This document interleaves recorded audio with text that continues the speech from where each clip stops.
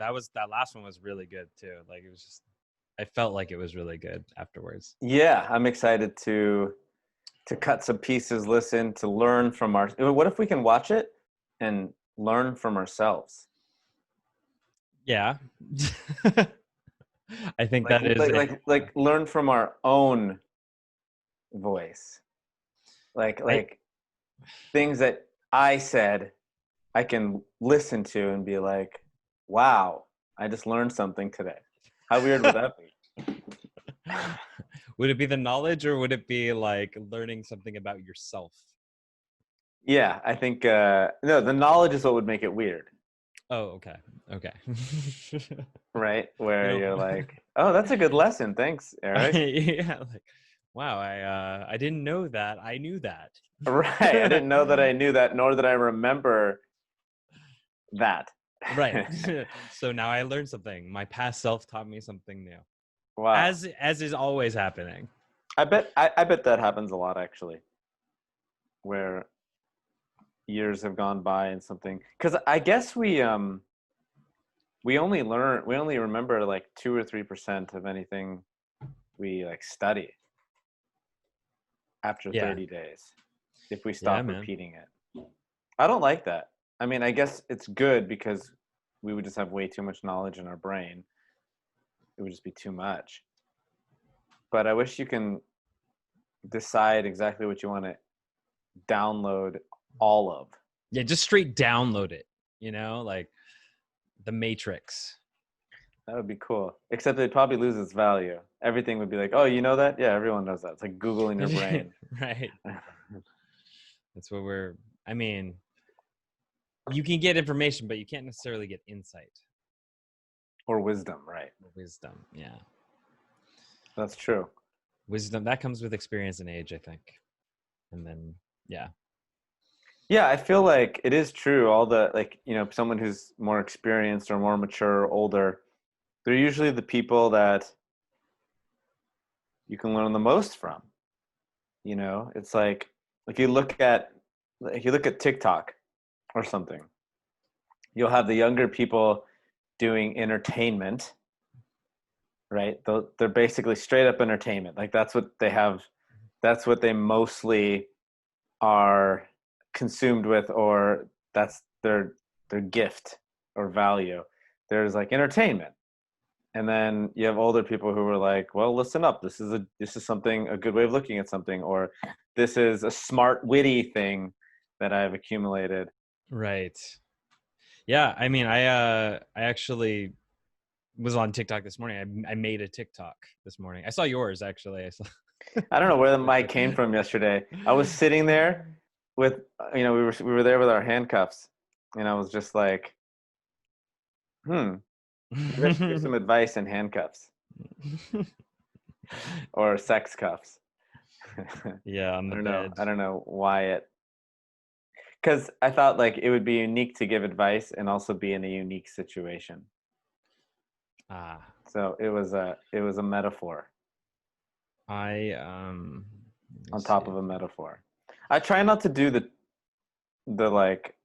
I mean, I try not to get sucked into the trends The to the trend. trends.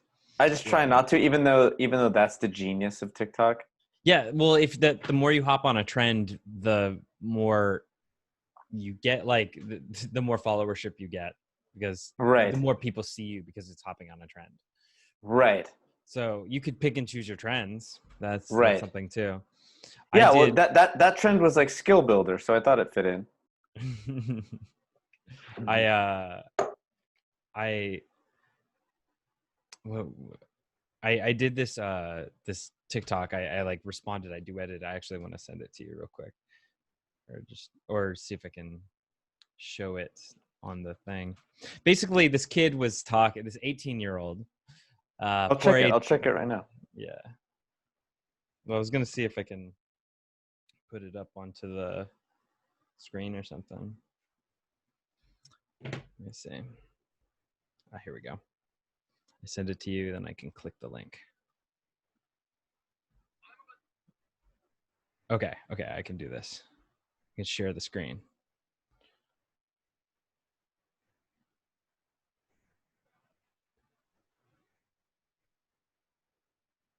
Okay.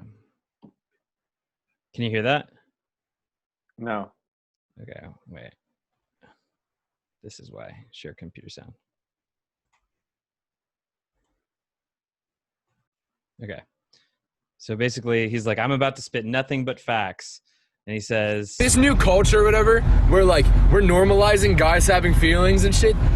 That's like, guys not having feelings does not stem from their dads telling them like, oh, you need to be strong, you can't show emotion. Most dads don't say that. There's a minute, like, small amount of people that do.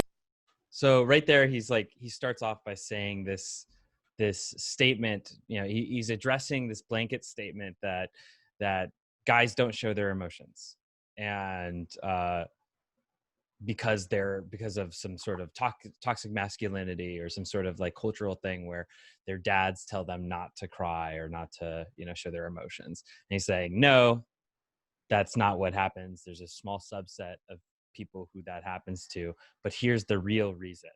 And he says something that's you know, something that I'm sure an 18-year-old could definitely align with, or definitely like experience. And this is what he says. But in all actuality, it's when guys show their emotions, all fucking girls do is like, oh my god, like he's so emotional, like why is he so dramatic? Shut the fuck up! Shut. Okay, so sorry, was that loud? No. Okay. Yeah. Yeah, him yelling, shut the fuck up. He's like, so basically saying whenever he shows emotions to a lady, you know, a girl, in his case, he's 18 probably. So I'm assuming whenever he shows his emotions to a girl, she like shuts him down and is like, why are you being like that? Right. And he's saying that's, you know, that's what causes men to not want to express their emotions. And I kind of like did a little text-based rebuttal in the duet, just like shedding some knowledge. Shut the fuck up! You get pissed off if anybody calls you dramatic over anything. So basically saying men and women actually do tend to fall into gender roles. And in traditional relationships, women want the man to be the foundation of the relationship emotionally, right? To take care of them, protect them, whatever. And the man wants to do that too, right? That's what we get a lot of, like men, I think, get a lot of like emotional satisfaction, or a lot of just a satisfaction out of having that role of being able to be the provider. Yeah, like you're desiring to have this emotional boy who, like, you know, he feels more, blah blah blah, he's more like me. No, he's not. and so he's like, oh, this guy's like, oh my god, the girl says that she wants an emotional man and that he feels more and is more like me and opens up to me emotionally, but whenever he does, he gets fucked. And I'm basically saying that means, you know, basically because of the gender roles, the man provides emotional security. And this is what we talk about in Jaunty about status, right? Status bringing on emotional security. People are attracted to people who are emotionally secure. You can express yourself without showing despair, insecurity, fear. You can, you know, you can express I'm sad, you can express I'm angry, there's something wrong, but it's without the fear and insecurity. And I think this is where this kid is getting to, because I've been there, right? I've been that 18-year-old boy who wanted to express myself with a girl or somebody, you know. I've been there, and when I expressed myself, got shunned. And it was because I was expressing my fear and insecurity in a relationship where the foundation of my relationship is that I'm supposed to not be the one who's scared. I'm supposed to be the one who's providing emotional security. And so I think the partner wants you to listen, right? Listen to their emotions, listen to their things, you know, what they want to express and vent and get out. And it wants you to express yourself, but not an expression of insecurity. Because you're very judgmental. You're very judgmental. Guys don't give a shit. We don't care. I'm saying in good relationships, a man is going to stay emotionally secure, but if he does feel insecure, he's going to go to his friends.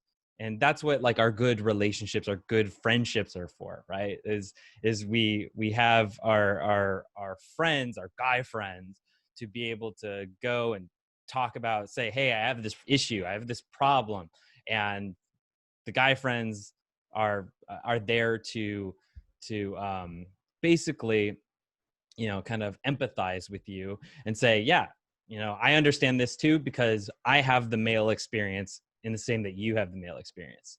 We have similar experiences. We have similar experiences in our relationships. We have similar experiences in our lives. And so the idea of like a men's relationship is something, you know, is something important. And then in that romantic relationship, that heterosexual romantic relationship, women have to give the men the space to feel unconditionally supported, right? That's what the man wants. The man wants, I mean, this is what I'm thinking. Like the man wants to be supported. The man wants to be able to give that emotional support and provide what she needs emotionally, because that's how I feel validated as a man. The fact that I can be the provider in some way. It doesn't have to be financial. It could be emotional. It could be whatever, but feeling like I can provide. And the woman gives the man space to do that by letting him know that she's going to support him regardless. Totally. I don't fucking that's- care. Let me watch this. I hate The rest of you. this. Not all women, but especially you. I'm about to. Wait, what was your reaction at the end of this? It was just like, I was just like, like what? Like, all right, man. I know it was just kind of like, I was just like, you know, he's young, let him learn, you know, I'm just giving my opinion, putting it out there. I love it. Yeah, I think, yeah, traditional relationships, you know, I think internal status and stoicism almost, you know, guys tend, mostly, I think above average, way above average, it tends to kind of lean on that end of being the provider, the rock, the more of a solid foundation. I think temperament-wise, you know, women have a wider spectrum that is more sensitive. I think agreeableness and neuroticism are much higher, I think, overall with women. And so and women have a I mean, just the nurturing traditional role creates a lot more emotions, and you know, as guys, we always, it's half a joke of like just women just at a dime just turning into someone who becomes very neurotic or out of control or doesn't make sense. But like I kind of wish, you know, we had more of those emotions. It seemed kind of like more of a colorful day, right? To have some of those emotions. I feel like Yes. it brings a lot of character and it makes things more excited. I mean, my girlfriend loves to watch Housewives, the reality show, and I literally sat down to watch it with her the other day, and I couldn't understand it. Like I couldn't understand like it couldn't, the show, I don't know if anyone's realized this, but on a reality show, especially Housewives, the show doesn't allow you to watch a scene from one camera angle for more than like 4 or 5 seconds. It'll switch to something else that's dramatic, and then it'll switch to something else that's dramatic, and then it'll switch to like this scene of, you know, the housewife with glitter, her name behind her, and then it'll switch back to the scene. So it creates all these dramatizing effects, and I think it feeds into, who knows what it feeds into, but I think emotions obviously play a big part in that, because a guy's watching it and they're just like, this is really annoying and makes no sense yeah, to me. yeah. Like, why The guy just, what am I getting from this? I just What's want to the know how point? everything's gonna work. You know, like Yeah, exactly. I'm like, so on. what's gonna happen? And then that's all I need to know. It's like, instead they're, you know, they're like loving watching each other roll around on the ground drunk, and just like, I don't know. I guess they can relate. But also, you know, here's what's interesting. Women have, just in life and society and everything, I think they have a reason to be a little more emotional, right? There is a little bit more fear, I think. Well, if we look You at it know? like from like a biological evolutionary level, right? Like men have more muscle mass, they're more oriented towards their bodies, and object manipulation, going out hunting, stuff like that, right? In tribal cultures, that's what we did, right? Men would go hunt, women would stay home, they would socialize. And men would socialize in just different ways, right? It's more of a more solo most of the time, and then you have your groupings of like, you know, going for the group hunt and sitting by the campfire, and then coming back and having that, you know, having that win. I'm a warrior and I came back with the meat, or we came back from battle, and you know, now we're coming back into society. That's Look how what I got it's you. been. Yeah, look what I got you. Look what I brought you today. Look what I provide, right? It's like men kill deer. Here, eat. Men get so much value value on what they can provide, right? They get validation on. We're wired that way. Yeah, it feels good, and when a man falls into that role, it feels good. When you have a purpose, you have an aim, you fulfill it. You know, there's something to compete and compare to, and you're also doing your fucking job. Yeah. And actually, you know what, when I was in school, this actually goes back even into early childhood. When I was in school, I read an article on childhood development, like a peer-reviewed article for my motor development class. And they were talking about how boys tend to learn motor development a little bit quicker because they become more obsessive around object manipulation. So what they did was they observed preschool kids, and when they put them into a circle and had them play with the ball and play catch with each other, right? Like bounce the big ball, they catch it, and whenever throw it to another kid. And when the boys got the ball, they would be like, you know, just grabbing onto this ball, looking at it, bouncing it by themselves, and like really concerned about their own object manipulation. When the girls got the ball, they were concerned with how their perception was with other people. So what ended up happening was a girl fell, like caught the ball, but like fell and like dropped the ball. And the first thing she did was look around. And when she made eye contact with the other girls in the group, she would laugh to let them know that she was okay, and also get the approval that that was an okay thing to do. And so the other girls started laughing, and it was a more social interaction. Now, moving forward in this peer-reviewed research, or this peer-reviewed paper that I read, the researcher was asserting that boys are interested in learning about or interested in power and autonomy early on. They're like, literally the word was power. And I was like, that's an interesting, I was like, I don't know, you know, like this is quite a bit of an assertion to say that boys and girls are so much different.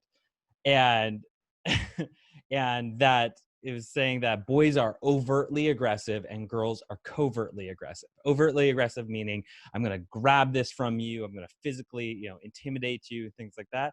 And girls were covertly aggressive, trying to affect your relationships. And I was like, well, this is a lot to like gauge from like a class of preschoolers. Well, then in the class, for that class that I took, we had to go and spend a couple hours at the campus preschool that was like, you know, a preschool for like the teachers' kids or the professors' kids. And there was a two-way mirror, and I sat behind that two-way mirror, and I had to watch and not participate at all. First thing I see is a kid is building up some blocks, like, you know, building a tower with blocks, and another little boy comes up, kicks it over, and goes, "Power!" Oh my god! And I was like, did this kid read that article? Oh my god! He was like, he was Godzilla, and he said the word power. This kid is like 4 years old, 3 years old, and I'm like, what is this kid watching on TV? He-Man. He-Man, exactly. Like, I have the power. Right? He's like, power, and I was like, what the heck? And then the next thing I saw was it like blew my mind. Like, how the interaction went. This little boy was playing with a doll, and a girl comes up and goes, "Give me that doll." And he goes, "No, you have to wait your turn."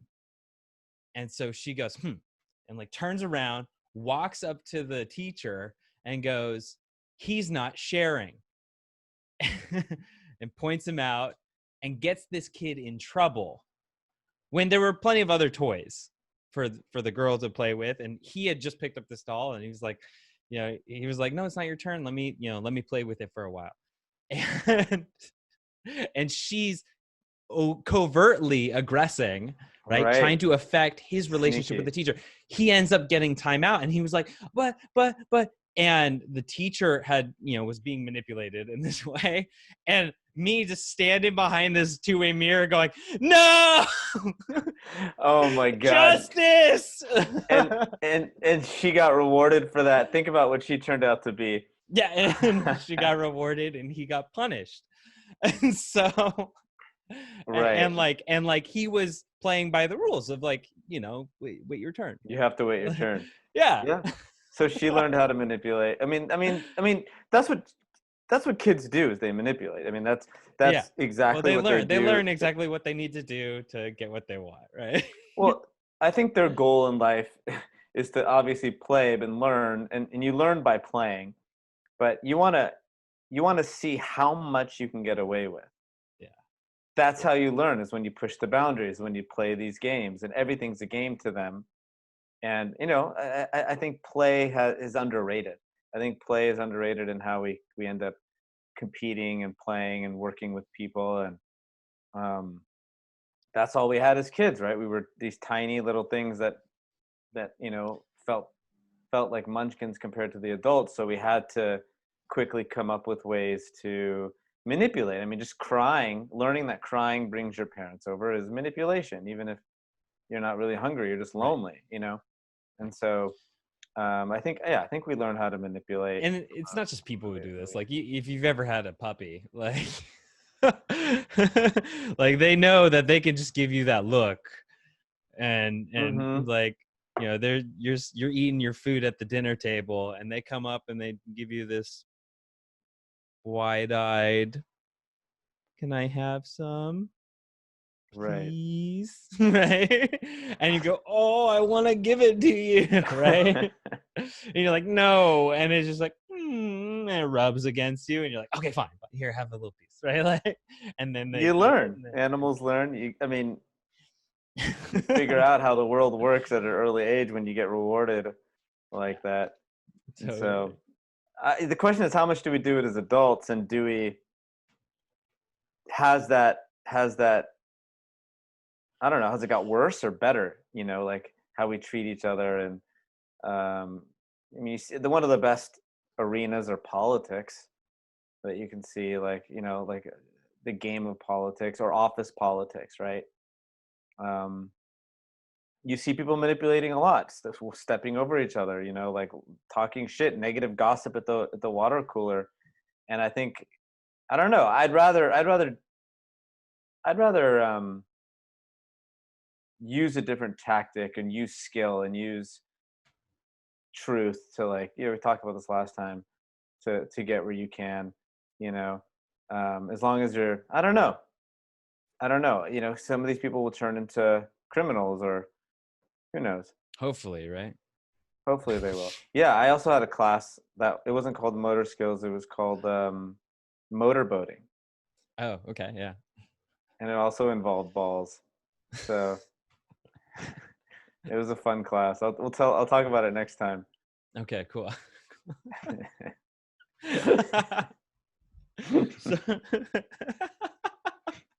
So I must, Jesus Christ. So I must have fallen down this this wormhole of TikToks on talking about like men and women and emotions and stuff.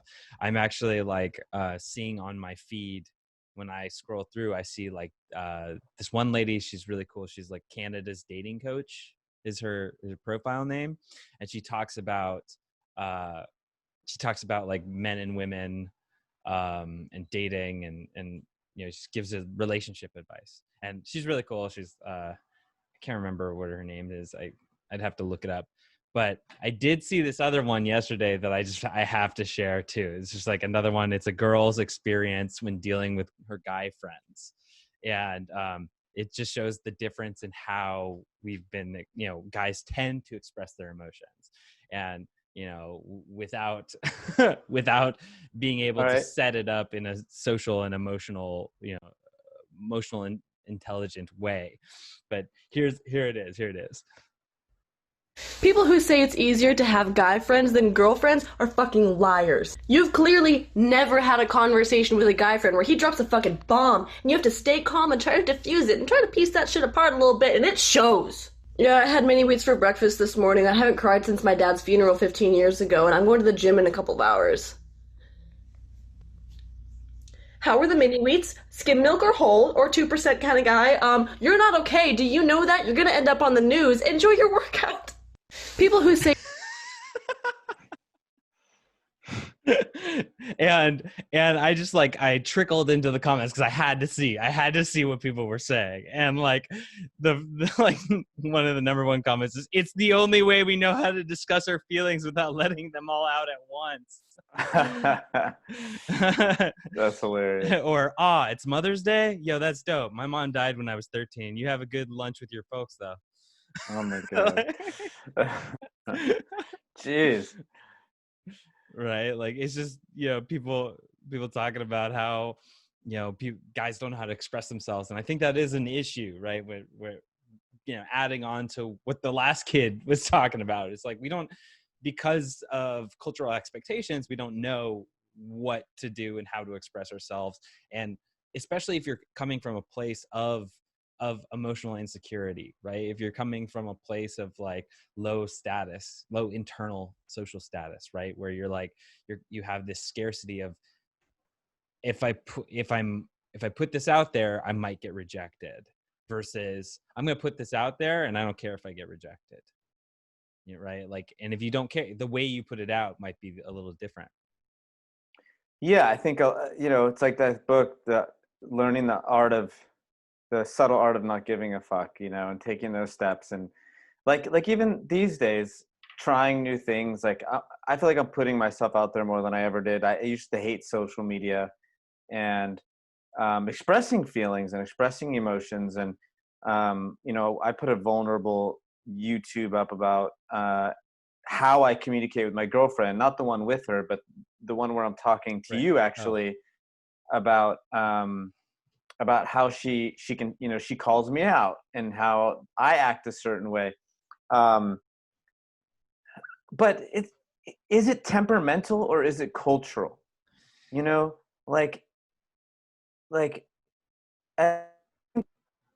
Had a good point. There's not a big percentage of memories that I can think of where someone was like, don't express your feelings, or it's not okay to cry. I mean, yeah, maybe maybe it has been in movies, and we grew up. But right, your male role models in movies and TV shows were machismo, right? They were, Patrick Swayze. Yeah, well, I mean, Patrick Swayze was emotional. Yeah, I guess Ghost. Yeah. But yeah, maybe Arnold Schwarzenegger. Yeah, But I mean, a lot of guys are different too. Men are different, just like a lot of women don't show emotions, and a lot of women do, and a lot of guys don't show emotions, and a lot of guys do. So there has to be more than only cultural. That's 50% of it, right? There has to be a more I literally have a very hard time crying. I mean, even if I want to, I'd love to. It just feels like bawling would be a good thing. But, sad things will happen around me, bad things, and I'll feel awful. But just the actual act of the waterworks, right. I just don't cry very much. I'll express how horrible I'm feeling, and I want to. And I looked this up before, and it doesn't. There's no bad effect. I was like, hey, am I a serial killer or something? It's no, I'm feeling the emotions. I'm just not actually expressing it in some sense. And I feel that's deep down, as much as I've worked on myself with just mind, body, and emotional healing and cognitive behavioral therapy and acceptance, and I'm not scared if I were to show that, when I have cried, I'm very comfortable doing it in front of other people. But I think a big part with me is it's physical, or whatever, physical or what, biological in some sense, or physiological, or emotional also. But um, maybe the thresholds are different for people. Who knows what triggers, because some yeah, I there mean, was I this think it's also there was part this, of like experiences that you have, right? well, we can watch the same thing. Like I can watch a movie that'll make me like choke up, and someone else won't at all. But then we can have a friend that dies, and they'll like bawl like crazy, and I'll just shut down in a different way, right? But I won't be like bawling. And so it's really weird. Like that's a very strange thing, is our expressions and our actual acting out of the emotions. I would say part of it is like going back to the children learning based on how they're rewarded and punished and things like that, right? Like depends on how you were parented too, right? If you fell down and hurt yourself as a toddler and you cried and your parents immediately came to your heed, right, came to make sure you're okay, you would get positive reinforcement on that crying, right? But if Yeah. they just kind of waited and let you figure it out and get yourself back up and shake it off, then you're going to be a little bit more emotionally tough, and or you're not going to build up that response of crying for somebody else and trying to get help from somebody else when you've fallen down. And in the same way, like that other types of experiences can affect us, and affect us in like how we express our emotions. If we express, if you open up and be vulnerable for the first time in your life to one of your friends, and then they kind of just discount it, or they blow you off or something, right? You're gonna think, oh well, that's not something that people want to hear from me, so you're not going to open up and be vulnerable. Or if you do cry, right, and somebody says stop crying, right, from a very young age, right, maybe you just put it into your head that like you shouldn't cry, and so you hold it in, and then over time it becomes a habit. Yeah. Or maybe you or maybe you align emotions with different behaviors, right? It seems like it just all fucking goes back to childhood. It just all goes back to childhood. I don't know. That's what, like, there's two camps. There's a camp that's saying, okay, I forget where I read this, but obviously everyone mostly says all this stuff is from childhood. And I think I'm more in that camp. But there's another camp where it's like, unless you were severely beaten or like really beat up, your childhood, you're still didn't play that big of an effect as we thought it did. So there's these two kind of camps that I've read. But if everything goes back to childhood, then we have this like window. And then what age ranges are, everyone says, okay, up to age 4 is like how your life's going to be shaped up. The paths that you're going to be put on. You have the first 4 years of your life. So that means everything has to do with that environment and parent, the parenting there. And so, yeah, I mean, they say almost every fight or every meltdown in life stems, from some type of deep emotional thing. Well, I don't understand why we can't just expose that and that's it, right? It's like, oh, okay, we expose it and that's it, and then but it keeps hurting us, right? So it's not like you can be like, hey, this stems from my dad doing this, and then it happens again. This stems from my dad doing this. Why we can't be like, hey, I have this issue. This is what happened. My logic is saying this is what it is. It's all stemming from this. Can we give it less power by just telling everyone and bringing it out and being like, maybe preempting the strike of it, right? So like you meet someone new and you're like, okay, cool, I love this, like we have the same sense of humor, we have similarities, we're building trust. I want to let you know I have this one issue, and brings up insecurities, and it creates arguments, and I'm working on it, and you preemptively get it out there so that whenever someone says something like that triggers an abandonment, or they trigger a fear, you can just be like, there it is, right? That's a trigger because of this issue. Fuck it. I know, like, I'm not really fighting this person. I'm fighting this monster inside of me. Shine a light on it. Like, that's a bit isn't of there an a point where you run out? Well, so I think if you can do that, one, you're taking a lot of self-awareness, right? And understanding yourself. I think you have to get to a point where you understand that this is something that happens to you first. And that takes a lot of self-awareness. And then two, to open up about, say, because I have PTSD, right? Like, be like, hey, I have PTSD when there's something that feels, something happens out of my control, XYZ type of circumstance.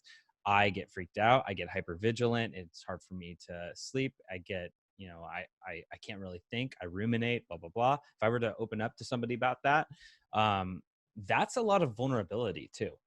And I think there's a lot of social tension around that vulnerability, right? I mean, obviously, it's like being vulnerable. There's social tension. Doesn't get more vulnerable than that. So if you can do that, you're building up your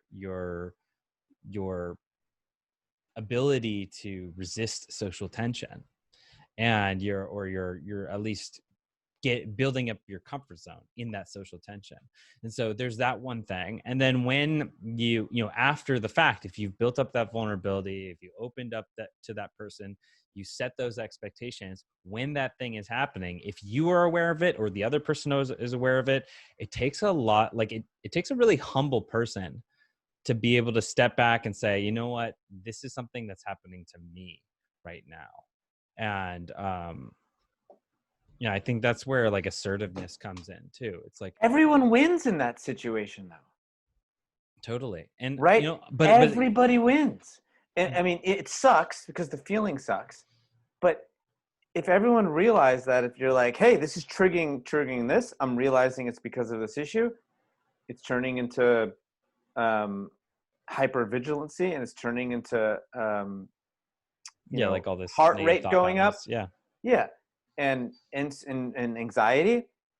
But that's, everyone wins. The other person's going to be like, oh, because when you put shit on yourself, the other person has no attack mechanism, right? It's kind of like Eminem, right? He, at the end of 8 Mile, he just took away. He just there's nothing for him to bash him on because he's shit talking the other person could say. Right. I mean, you're not self-deprecating. You're just being hyper aware. You're being like, issues that have happened in my life, and I feel like that's kind of the antidote to, and not to mention, and to mention, is that may be the best qualifier for the other person. If they run off after that, good riddance. I was going to bring that up, because there are the circumstances where that vulnerability will scare somebody away. Good. Get them the fuck away. Yes. Absolutely. Next. But if we're taking an analytical mind to this, right, there's a reason why that person runs away, right? They cannot they cannot understand your experience. So if I were to explain, how I get because of my PTSD, and they don't understand that experience, that might scare them, and they might feel not so at ease, and they might feel like they're, because they're not emotionally comfortable, or they're not secure in their own beliefs and their own emotions. So that might make them run away. Also, people put up that shield. To vulnerability. When you're going to be open and vulnerable with somebody, if somebody puts up that shield, it's usually because they have their own insecurities, and they know, like, subconsciously, they know that if you're being vulnerable, it's going to come with an even expectation of them being able to be honest and vulnerable with you. And some people can't handle that. Some people aren't ready for that yet. And if they run away, Yeah. man, That you're I you're totally you're keeping some toxic fake Yeah. people away from you, or some Right. I people mean, who I aren't totally ready to be where you respect. are. Yeah, I totally respect people if they need to put up a shield, if that if they're not obviously if they're not aware enough of what these issues mean and they can't think long term. Like I understand that, but you know, you would think that we've been around long enough with language to have gotten to the point where we realize that, like I said, everyone kind of wins when you do that in the conversation, right? Right. Because that's ultimate trust, breaking rapport to create trust in a way, or testing it. That's actually like uncertainty, right? You're testing uncertainty there, and and and creating better communication and opening up and being vulnerable, and that's empathy as well. You can test empathy in that situation. So You're definitely not you're not like wasting time too, right? Because yeah, some people will take 6 months of a relationship to get to a point where you could be in 2 days. right. Yeah, if you wait 6 months and then you say, "Oh, by the way, I have this," this thing comes up sometimes with me, and they run, you just wasted 6 months. Yeah. If they can't handle, yeah, I just feel like we've had so much time to test it. Why don't we all know this? Why don't we all just be like, hey, vulnerability, boom, and this is kind of what I said on that TikTok about uniqueness. Is what I love about TikTok is I think it's the most vulnerable platform we have. I think people are being It's a the most periscope into humanity. You it's get to see the weirdest people and the most mainstream people in the same place. the weirdest shit I've ever done has been on TikTok, and I only have like two videos or three videos or something. The weirdest social stuff that I've ever done, and I don't even know where it came from. It was like this last second video thing that I just turn it on, and I don't plan my TikTok really, except for that one video that wasn't made for TikTok was the sales one. But anyway, yeah. I was just doing that because I was so pissed off at like all the Let me show you how to be an entrepreneur. all the sponsored ads I was getting, so I wanted to just make one. But anyway, what I like about it is that people are vulnerable, and like a lot of people are crying on there. They're saying there's peace of mind. It's not like it's the complete opposite of Instagram. Instagram is look how put together I am, and TikTok is look how silly and messed up I am. Yeah, So, and kind of ridiculous. And it's funny though, because I mean, their algorithm is so good at like getting you the stuff that you would be interested in. Like if you like a couple videos, it'll just give you more of that shit. TikTok's gonna destroy Instagram. It's like it's 500 million users like as of like 6 months ago. It's probably bigger now. It's gonna destroy it, and it's unfortunate because it's Chinese. Yeah, well, the thing about TikTok though is right now it's where the teens are, right? It's like that. I mean, that's teens decide the trends, right? They start the trends and then it gets out into the mainstream. That's how we're on it now, right? And yeah, so basically we have these teenagers who are trying not to be unique, right? And they're very it's very obvious that they're trying to follow this, that trying to like over sexualize themselves and like try to fit in, get validation, right? Like I see a lot of like sexualization of young people on that app, and it's like it's self-done, right? It's like they're doing it to themselves so that they can get more viewerships, more validation, and I don't think that's healthy. However, they're young people, so like they're gonna do what they're gonna do. They have plenty of time to learn and enjoy. And it's so interesting. What's interesting. unfortunate though is that it is permanent. Yeah. That's what sucks these days. Well, maybe I mean, there's an important piece of personal development and human growth, you know, that the piece of shame. Like, shame puts us in our place. And I think recently there's been a lot of like culture around not shaming people, right? Especially around like body image and stuff like that, because too much of it can be very toxic, and it can turn people into, you know, it can cause mental health issues like, you know, eating disorders, stuff like that. But I think shame can also be a motivator too, into a positive direction.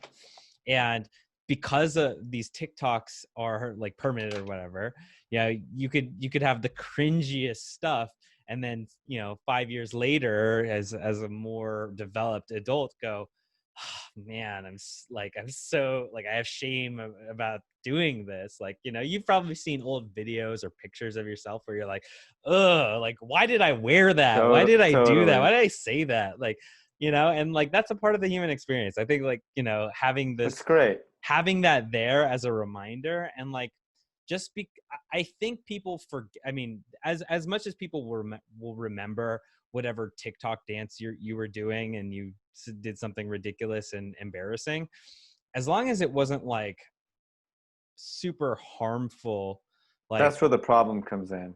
nobody's gonna, people are gonna forget about, like Rebecca Black, poor Rebecca Black.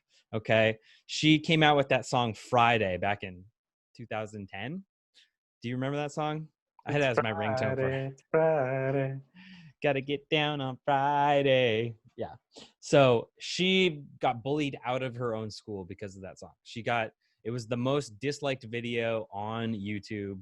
And it was just like a little like vanity thing that her mom paid for, like this studio to like write a song, produce it, and have her sing it and make a music video with her and her friends. Well, she got bullied out of her friend group, out of her high school and whatnot. Oh, I But didn't know also, that. yeah, poor Rebecca Black. But she also, that also gave her a platform for people who could empathize with her, and also people who thought it was a ridiculous song and it was funny, and they were like, yeah, I'll just check out whatever she's doing after this.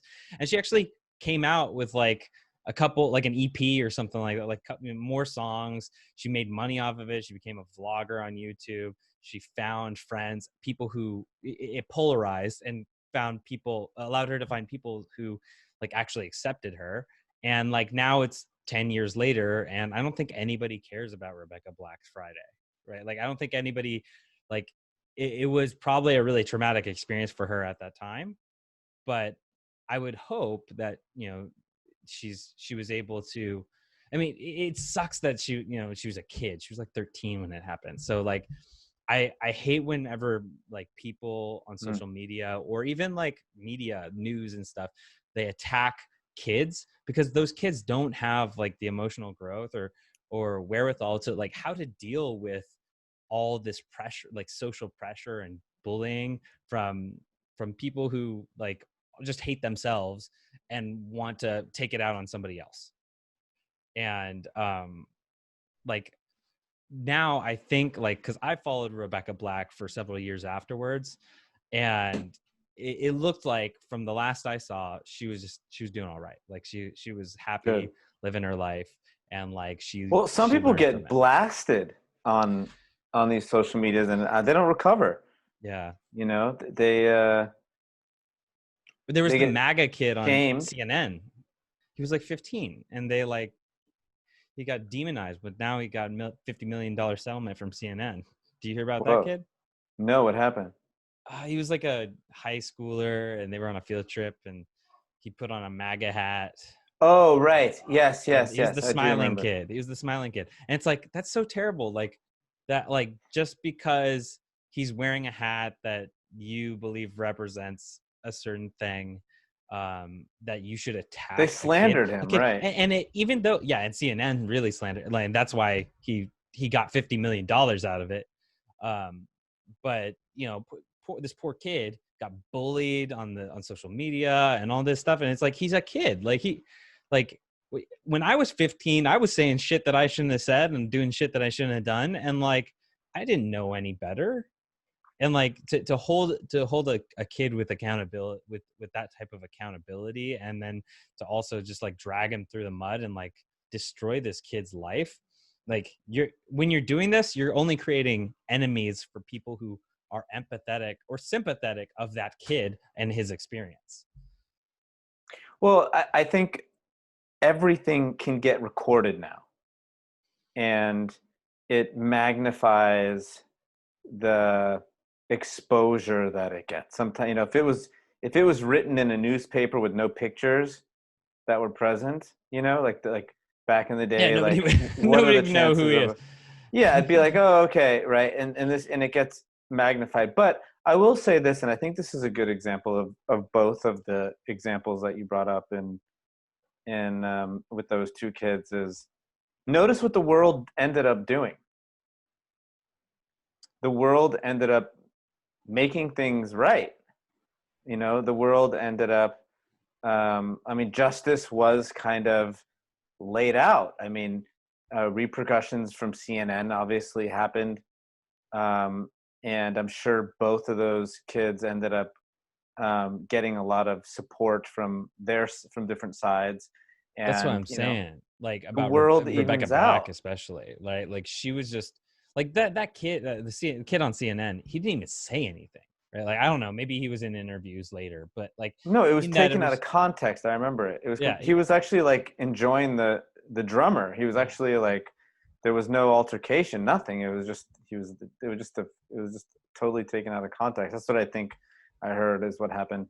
But yeah, and like you never know. But at least with Rebecca Black, like it's obvious, you could tell what what the intention of her making that video was. It was not to show the world. It was like for her and her friends to be in a music video, right? And her mom yeah, paid $4,000 to do it, and it was, you know, it was like a sweet 60, or not even. It's like a birthday present for her, or something, right. you know, And like. then they get shamed, but then the She was word, just, oh man, she was just expressing herself though. She was just being that's fully so weird. herself, It's and weird, like, yeah.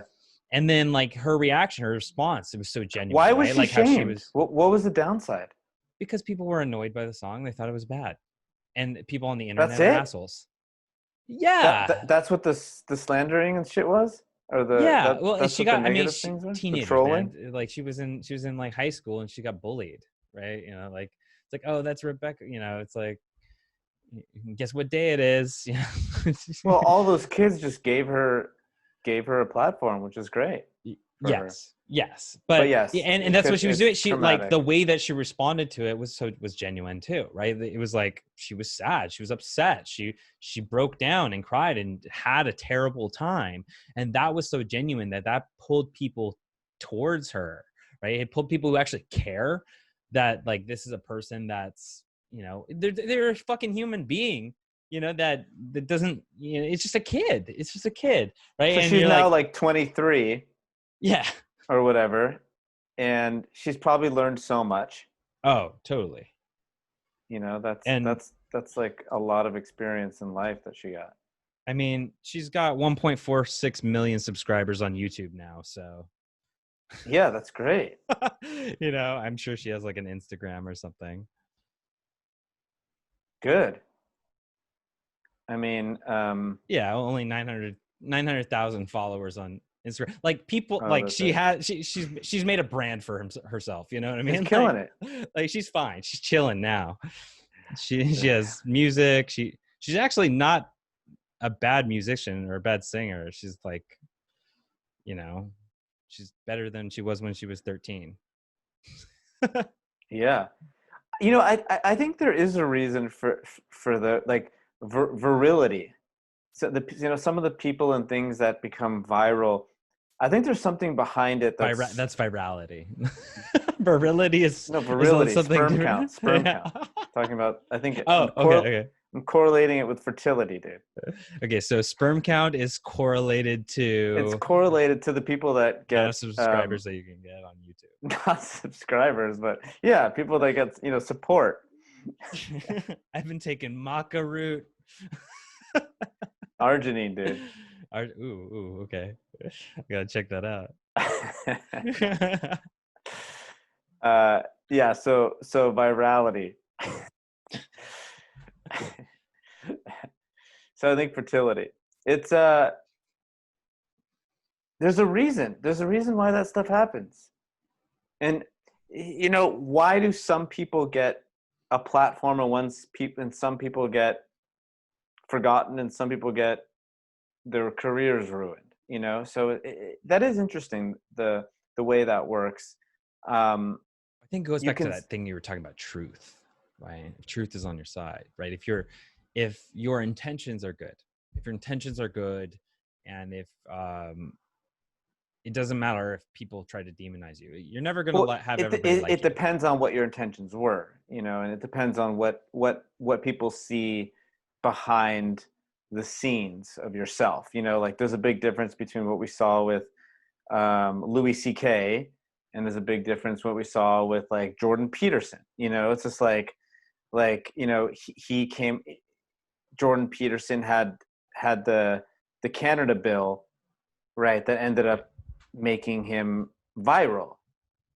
And then you have something negative like certain actors or whatever that bring them down, and I think you're right, and I think what we talked about is right. The truth and intention behind it, the world ends up either raising you up at the end of the day, or somebody does, and ultimately, like, this relates back into interpersonal, right?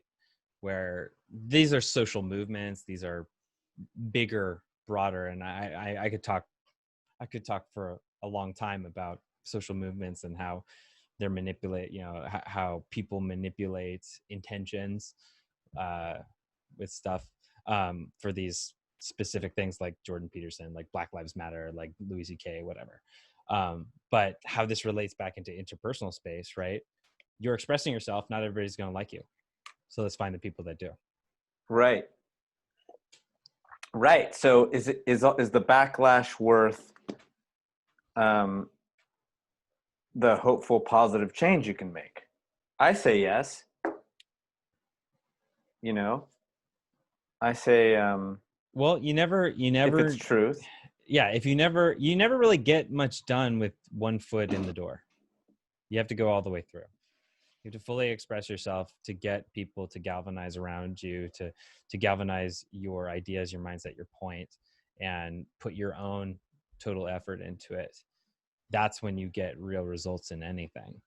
If you half-ass your way through life, through your intentions, through whatever it is, your interactions and the connections you're trying to make with people, right? I was talking to somebody yesterday in a one-on-one meeting. I was talking to this person who was fearful. They wanted to have basically their goals were to have deeper friendships. And this person was fearful at expressing themselves fully and being vulnerable with their own friends because they don't want to lose those friendships. And I said, hold on, stop. You said you want to be able to have deeper relationships, but you're afraid to try to initiate that deeper relationship with the people that you're already with because you think they'll leave you. Well, you're not going to get what you want if you don't do that. You're not going to get what you want in deepening and having a better connection with somebody if you don't open the door, become vulnerable, and express yourself fully. And I think a lot of people are so concerned about that because we are afraid of how other people are going to judge us. And that's where like the true inner game comes in. That's where the true high status internal mindset really affects how your social life is built. Yeah, I love that we have bottled that up and worked on that. And I think the internal status will keep you not stoic, but will keep you on your path and keep you on that kind of mountain rock, that no matter what is coming at you, you'll be able to just be like, no, this is what I believe. This is why. And you're right. You'll find the people that back you up, and you'll find the people that, there's also the double agents, right? Who will slander you while secretly believing in what you're saying, right? And so those and they're just unhappy that they can't have the balls to state those things, right? To Yeah. be able to say what they think. And I'd love to be able to sit down and write out, this could be a good exercise, is write out all the things that you believe in that's truth that can get you in trouble, right? Totally. Like what would be on that list? What would be on the list? I want to write that down. It's like, what would be on the list that you believe that can get you in trouble? I'm going to write that down as an assignment for me. Maybe we'll talk about that in our next thing. Well, I already talked about one thing last week. I Yeah. went to a Black Lives Matter protest unassumingly to talk to people, not there specifically to protest, and got in trouble with somebody. But we had a great conversation, so because my intention was pure. But like that's Yeah, no, something. and that's badass. That's exactly right. Like I would It's like, love. how do you handle it, right? Like, how do you handle it? It's all about your intention. It's all about your truth. And I think over time, if someone is seeing that you're not trying to attack them, that's an interesting thought too. Is if you're stating a belief without attacking at all, and that you're just saying like, okay, well, I'm thinking about it this way, and someone else sees, I think if someone else sees you on zero attack, but trying to explain it or think it out, that's kind of what happened. I think maybe in your situation is that this is the truth, this is what I'm doing, there's no negative attack that you were on.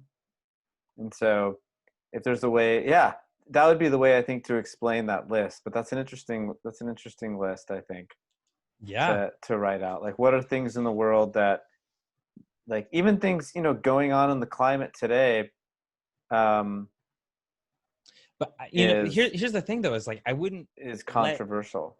Yeah, I mean, I have a lot of controversial beliefs, but like, ultimately you have to have this mindset that like that's not going to affect you. Like, that it doesn't matter whether or not you have controversial beliefs or just opposing beliefs from someone else. That shouldn't prevent you uh from being friends or connecting with that person, because ultimately we all have a similar experience in the world, right? Like, people get married and have long, wonderful marriages when they have different religious beliefs or political beliefs, and that's okay. It's still a thing. And like, I think like, if you write down this list and you're thinking, yeah, I could get ostracized for this, I could get this, all this stuff could happen, and you let that control you. You let your anxiety control you, because ultimately you don't know what's going to happen, because you've never done it. You've never expressed yourself. And if you have a good intention and you're expressing yourself in this way, that you can get, you can get away with whatever it is that you believe, because you have a good intention. It's not that you're trying to harm other people. It's not like you're trying to force anything upon anybody. It's just, hey, I got this different belief. I think it's different. I think it goes different, right? You do you and I do me. I'm assertive, right? I'm responsible for my actions. You're responsible for yours.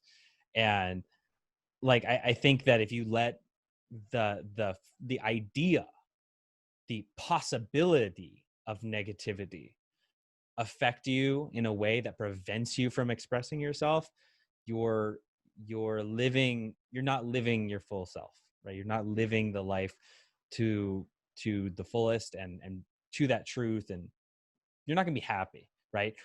Because what you are on the inside is not the same as you are on the outside. And ultimately, I think that, like, over time, things change. What's in the public discourse changes, what you believe changes, and ultimately, like, is there any belief that you have that you feel like you could die for? And I think those are the only things that you should be really considering and going, is this something that'll get me, that'll get me ostracized or killed? And think about that and go, how important is that to you? Yeah, I mean, it's not about always putting in your 2 cents on every subject that comes up or anything going on in the world. It's picking the battles that are important to you, and they shouldn't have that many. I mean, you shouldn't have that many. I guess things that you would consider like a real battle, right? It shouldn't be I mean, life is a battle and struggle, but like, you shouldn't be saying stuff all the time where everyone around you is just ostracizing you for it. It means you're around the wrong people, right? You're around the wrong friends. If other people can't listen or have a decent, intelligent conversation around that with you, like if you're if you're in a relationship and you're just fighting all the time because of it, you're saying truth and hopefully they're saying truth, and you're just fighting about it all the time, without being like agreeing to disagree, then that's also not a life, right? You need What to. is fighting though? Like what's the difference between fighting and discussion? I think the difference is really like emotion, right? That you have some pent up tension and you're letting it steam out by a reactive explosion. And you're ultimately fighting because you're passionate about that thing and because you want to force the other person to feel a certain way or to think a certain way. Well, I think fighting happens when you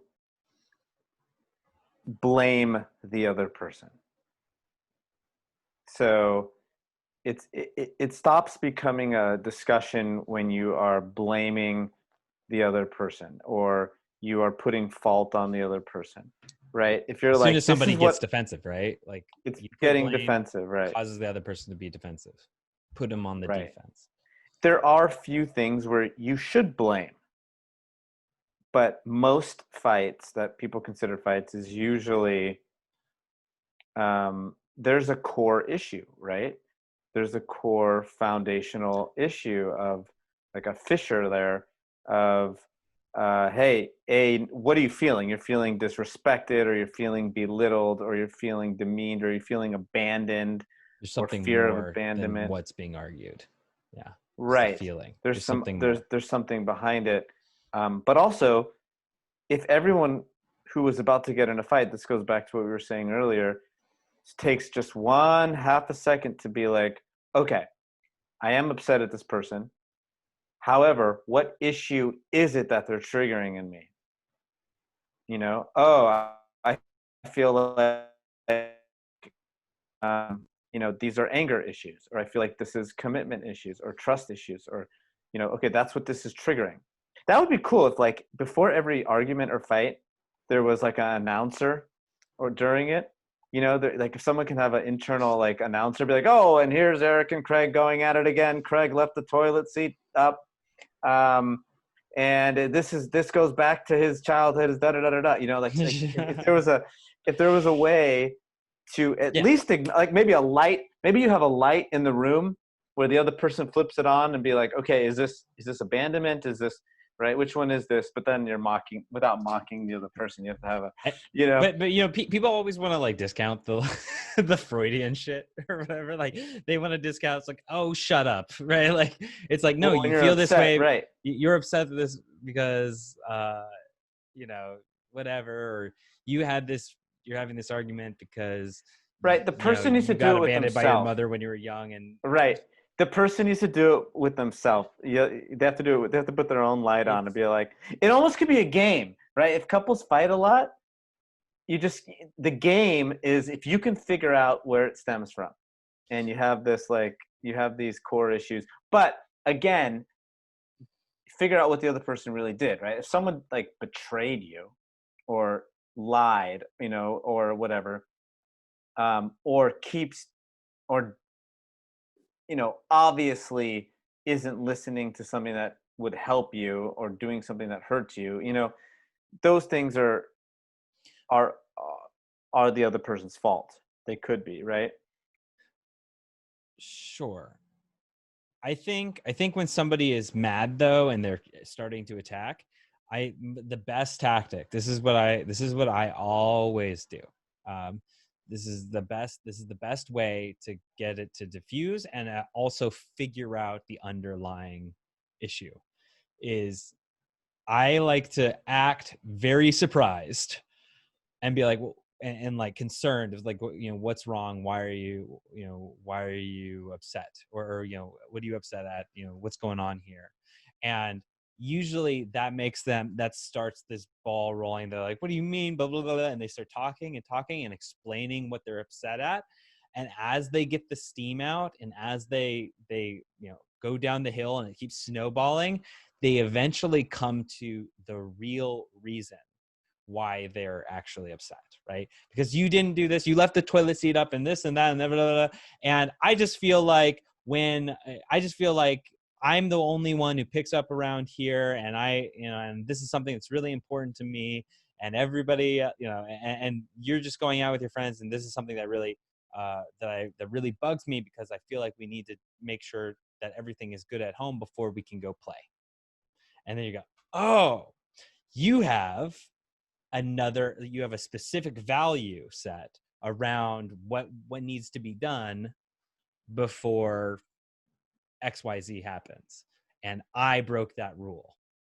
You have a specific rule and then we can go into where that comes from, because, you know, you had to clean up your toys before you picked up any new ones, right? Or before you went out and played, right? Like, and it's like, okay. But right after a while, isn't it the same ones? Like after you go through 7 or 8. Sometimes, I mean, there's only 4, right? There's like, if you live with someone, there's probably like hopefully only 1. But like if there's like 4, then you've done that 100 times and you go back to the same place every time. There should be a point where you're like, oh, I don't know. I've rarely I ever, don't know, man. in a relationship, I've rarely ever fought. I don't. Yeah, same here. So with people in relationships who do fight, I think they like fighting. Like they must. Well, I don't know about like it, but they're comfortable with that. Well, that's a model of behavior that they've had. They're just comfortable with it. They would be uncomfortable if there was no fighting. Yeah, and I've had people try to fight with me, and they were confused. They were like upset that I wouldn't fight with them. Right. It's like, exactly. Why are you being rational and talking to me about? No, yeah, I know. Like, what? I'm just trying. You need someone who's aware to be able to handle that non-fighting. And some people just want to get their emotions out. They just want to beat up on a punching bag, and like. Don't marry those people. Well, yeah. Definitely not. And I mean, I think I'm fine. I think I'm fine with that. But yeah, like, and that reveals a lot. That reveals a lot about their own insecurities, and they tend to. They're like, why won't you fight with me? They're like, why do I have to fight with you? and then you have to kind of unveil like what a healthy relationship is, friendship or romantic or otherwise, right? Like you have to kind of unveil it and like, you know, be like, this is how it's going to work. And then coming in with that high status and emotional security and being the leader of saying, this is how our relationship's going to work. If it, you know, if we can't talk about this stuff, or if we can't, you know, bring stuff up in a civil way, we're not going to have this relationship. Right. And if they truly value you, which if you're a high status person, so they do, they're going to rethink things. Yeah. And hopefully, you know, you end up teaching or helping them along that path of awareness of, you know, it goes back to trust, communication. And yeah, what we were talking about earlier, emotional stability versus neuroticism. And yeah, I've seen people who love that, who love the drama, and then you can see the people who will go talk to their friends about it and be like, this is what happened, and then this is what happened, and then this is what happened, and they just gossip and they relive the fight over and over again. They love it. Yes. They love they thrive on it. Yes. You know? The blood running down my face. Yes. They love that. And I think as I've gotten older, I purposefully have spent time with people who do not thrive on that negativity, because it just drives me crazy. Well, that's wisdom. Negative right? gossip, talking behind other people's back about, this goes back to the whole old town of like, did you hear what happened to the Robinsons? And did you hear what happened to did you hear what happened to this relationship? Oh my God, they fight, oh my God. And like, I purposely have kind of got rid of all those relationships. Heck yeah. And it's and I will say this, it's less dramatic, and life is a little bit less, I don't want to say exciting, but like, I guess I kind of have a fear of that in myself sometimes too. Is like, sometimes I score very high in emotional stability and very low on neuroticism on the big 5, on all the ones that I've taken. And the fear is boredom. The fear is, hey, like, I'm pretty stoic, and it's like, it's a very attractive trait that I've learned, is being stoic. It's kind of like Except for social media, you have to be very Donald expressive. Draper. Yeah, except for social media. It's like a Donald Draper type of character, even though in his case underneath was a mess. But if underneath is not that much of a mess, or you've worked on yourself and you are still stoic, it's like, it's a fear. It's a kind of a fear of being boring or being bored. So I would say I have that, like, as being secure. You're just secure. There's like, there's not a lot. I mean, you can definitely push yourself in the unknown, and that's exciting. And you are limited, and that's exciting. But yes, especially on like social media, like, I'm not very exciting. I'm not very animated. I'm not like Jim Carrey or But that's Robin what you gotta, Williams. I mean, you gotta pump it up, because you're not interacting with somebody. It's so weird, because like, it's so hard for me when I make a solo video by myself. I sound really boring and stoic, right? And it's monotone and stuff. But here on this podcast, when I'm talking to you, I'm so much more animated, because I get so into it. And I think that's just more attractive, right? But I think it's just about where you get your energy, right? I get my energy from the interaction, and from like, oh, I want to share this information with you. And because I'm so oriented around people and dealing with face-to-face interactions, in the absence of people, it's really hard for me to get into that mood or into that mode. See, that's awesome that you can do that, because I don't get the energy unless I'm in the flesh with them. Yeah. So you're too cool for school otherwise. My screen energy. What's that? I said you're too cool for school otherwise. Well, my energy on Zoom and and if I'm looking at a screen, it's so hard for me to fake it.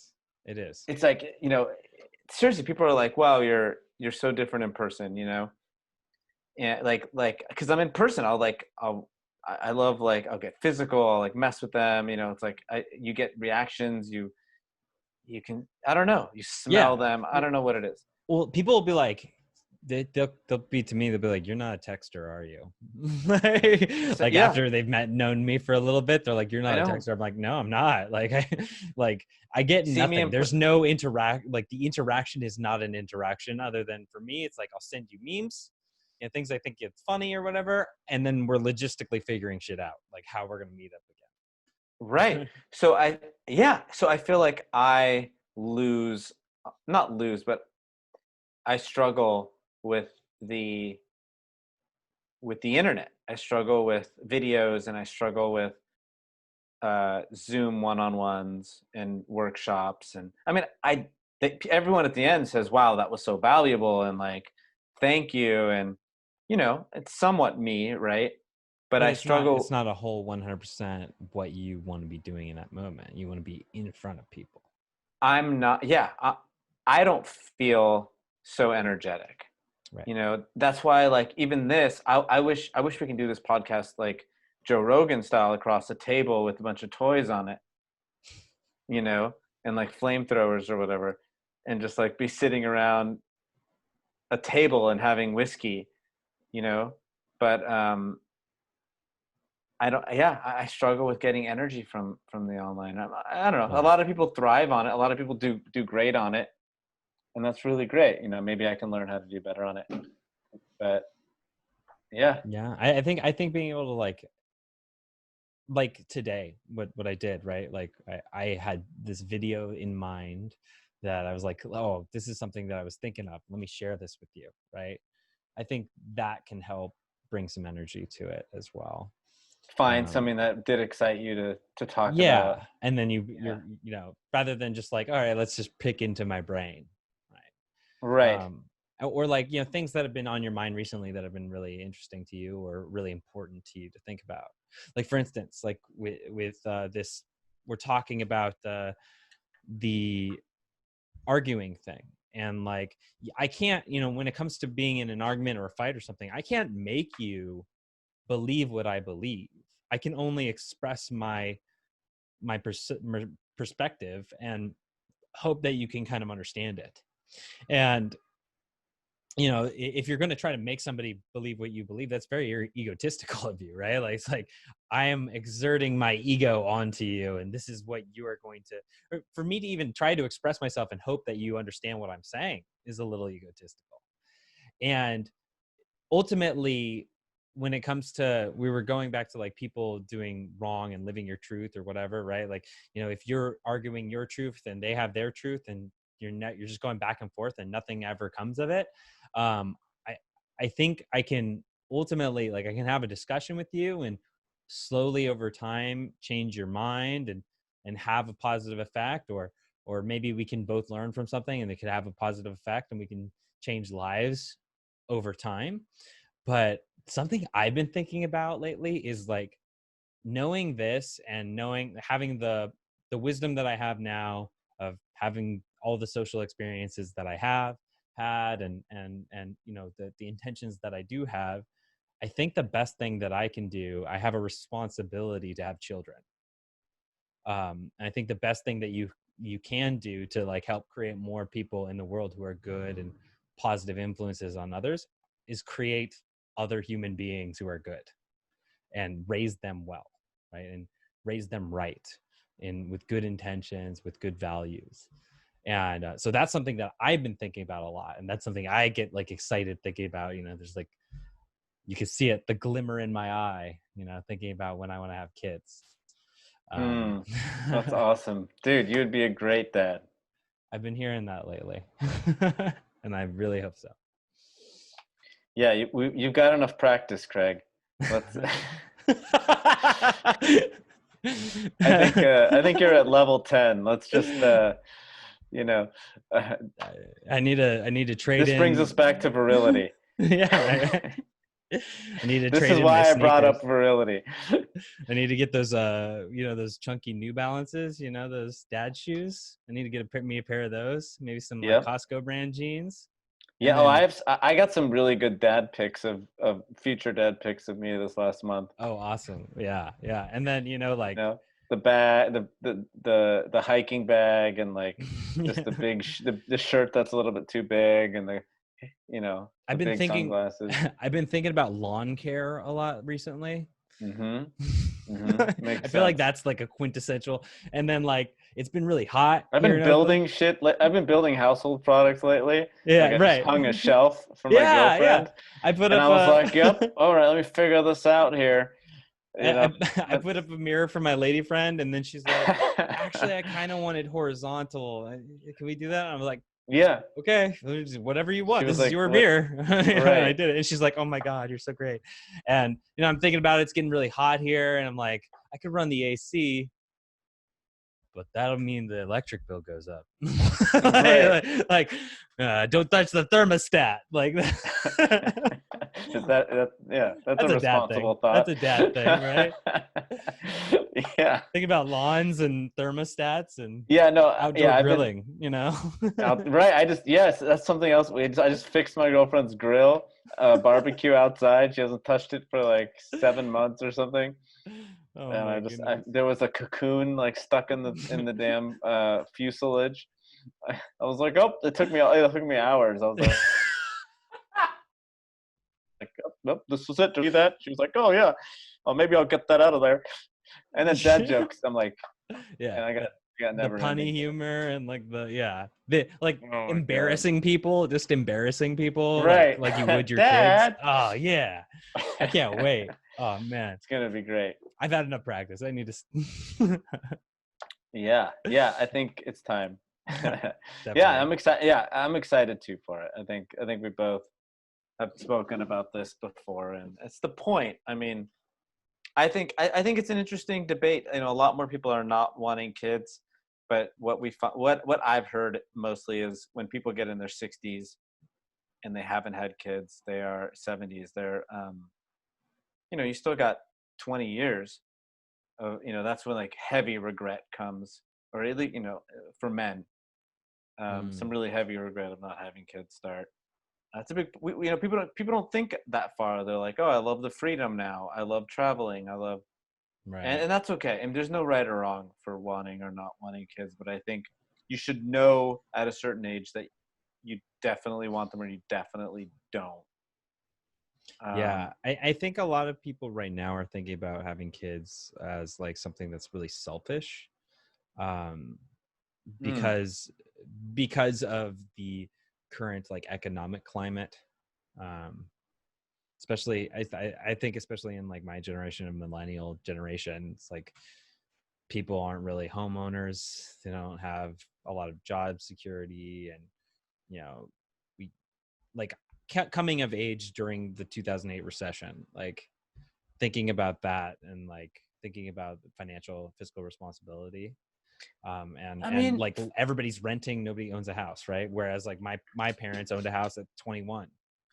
isn't that the most like short term way of looking at it though? Like, Yes. Well, here's the thing. I think I would argue against that claim that yep. wanting kids is selfish, and I would say it's actually very selfless, because once you have kids, I mean, speaking from somebody who doesn't have kids and hopes to have them someday soon, right? Hopes to have kids, but hasn't. From all the people I do know who have had kids and all the people I've heard from about the topic of having kids, it's like once you have kids, everything changes. It's nothing becomes about you anymore, especially relationships, especially your romantic relationships. You can't get a divorce when you have kids, because I mean, unless it's like absolutely violent or, you know, abusive, right? But like you shouldn't be getting a divorce, because it's not about your fucking relationship anymore. It's about your kids and what's best for your kids. And not having a family is way worse than having a fucked up family, apparently. Unless it's abusive, right? Like obviously that's something you need to get out of. I mean, it's definitely an ultimate sacrifice in lifestyle. Totally. So, you know, I agree that it's Unless you're the parents are bringing your kids to the party and just well, you could. I mean, why not? But your your life completely changes, but I think it changes in a great way. I think it's you know, kids are a delight to be around, you know. well, And yeah, it brings out a lot of joy and happiness, obviously, and it's you're creating a little bit of your legacy. So there's a selfishness too, but I think, like you said, if you know, creating family and bringing a good person into the world, and it's the ultimate startup, right? It's like if you want, it's like just by being a parent, you're kind of an entrepreneur. You're starting up and investing in this being. You don't know how they're going to turn out or what's going to happen. It's like your business. It's like a baby, and so it's awesome. It's the best. It's the whole point in my eyes. It's like the whole point. It's one of the main accomplishments and goals, I think, in the world. Well, So, yeah, I mean, obviously, because otherwise the human race would cease to exist if we didn't, right? Because you have to. It's one of the, it's the fourth F of survival, reproduction. Like, for anyone who doesn't want kids, which is fine, fair I have enough. plenty of friends like that. Yeah. Right. But you can ask them, like, aren't you glad your parents had you? Like, how happy are you that your parents had you? Scale 1 to 10. How happy are you that, they decided to have you? I would And you're like, imagine. you know, it's like, yeah, I got to experience life and the world and like one of the most craziest things. And then you can ask them, or what I would be is like, don't you want to give that to someone? Like, imagine that. I would imagine those who didn't, those who don't, are probably very depressed, right? Usually when you have things going, I mean, and that's nature, right? That's a biological system working where you're depressed, so it's not a good time for you to have kids. So you're in your mind, you're thinking, I shouldn't have kids, right? Until you get out of that mind space, until you do something with your life where it's no longer this hellhole, this hole of misery that you're falling down, and you're actually building something up, and then you think, okay, I need to share this with somebody. I need to, Yeah. and I think a lot, you hear the joke of like, when we were kids, we thought people in their like 20s and 30s were like we're like adults, and then you get Right. to your 20s and 30s and you're like, I'm not a fucking adult. like everybody's just I like think running it's around always like thinking that. they know it. Well, I think when you have kids, you start to like I think part of that is like, you have kids, you have now this responsibility to be the adults. You have the response, you have to make a decision. Mm, And it's not, I don't think it's ever like a knowledge thing. It's a decision, and it's a matrix in which you view the world and go, all right, this is how I have to filter my information, this is how I have to provide the information, this is how I have to provide for myself and my family. And it's so much different from the selfish view of, I'm just on my own. true. That's heavy. That's big. Yeah. I mean, you're right. You're literally the adult that the kid's looking up to. Yeah, I mean, Man, it's going to be so fun.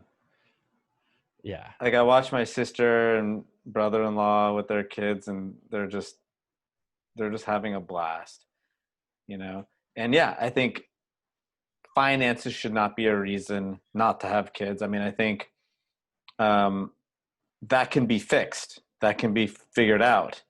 Yeah, you can always like have like 3 or 4 kids and then sell 2 of them, You can sell them. Yeah, you get a good amount. You can get a good price these days. I don't know. Depends if they have COVID or not. But yeah, I mean, for millions of years, pe- poor people, not poor people, but like people that didn't have ownership in homes, like, of course they had kids. It doesn't matter. Like, some of the best kids grew, some of the best people in the world came, the stories of people coming from nothing. There's probably more of those than anything else. Oh yeah. So it's horrible. It's horrible. Yeah, your kid's gonna be that president that came from, my parents only had 2 cents, 2 pennies to rub together in their pocket. That was it. And they came to America, or Well, that's like the American dream, but I think it's more than the American dream. I think that's what life is. Like, that's all of life, right? The resistance and overcoming of obstacles in you're your gonna be way. better because of it. Yeah. You're better when you get broken down and built up and broken down. That's what the world is doing right now. We're breaking down a little bit, and we're gonna rise like the phoenix a little bit, and then this shit's gonna be. I mean, this is gonna be a 5 to 15 year transformation. No, totally. I mean, it'll be And longer than that in some sense, but like, I think until we start rising with a better world, this is what happens. this is why, like, in the beginning of the COVID thing, I was actually, since the beginning of the COVID thing, I was never really like super uh down and out about it. Like, I'm down and out about the response to it, but not about the pandemic. Even if there is a plague, not everyone will die. right? And what happens if COVID-19 went full blown crazy? We didn't and killed a bunch of people right away, and we didn't have the social distancing and the lockdowns and all this. If we just let things keep riding through, what would have happened? How many people would have died? Let's say it's even like 10% of the population of the world. If it's 10% of the population of the world, how does that affect people? How does it affect the individual is what most people are thinking, right? I don't want my grandma and grandpa to die. I don't want my friends to die. I don't want to die, right? That's a sad thing. But overall, if it were to kill all the people, how does it affect society as a whole? We grieve together. We get closer together because of that.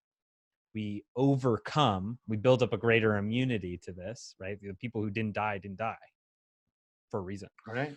And you know, there's or just the average level of health of people is going to increase because it's only been killing pretty much people who had poor health and were older, and like that's just a fact. Like you know, that's I'm not saying, I'm not putting any opinion into this, but but you know, what would happen if that, you know, that tragedy struck? People would come together and we would look at it as something that we got through, and moving forward there would be new gaps to fill, where these roles of people who are now gone would need to be filled. And I think that that's a big opportunity for people to find purpose. Stepping up as the head of your family, stepping up as the person who provides the service that that person who died used to provide. You know, having this influx of new like real estate, right? Like thinking about like all this stuff that could happen from that. And like, I don't think it's not a net negative. I think it's just a thing that life has to overcome. Like life, you know, there's been mass extinction events. There's been lots of stuff, and life is still succeeded. Yeah, and the internal stuff, right? Like, wow, relationships are really important to me. I know as soon as we start coming out of COVID, I am going to host shit with very close people who are in my city every week. Oh yeah. You know, something I'm already planning. And I know that, hey, like some of these materialistic things are not that important to me.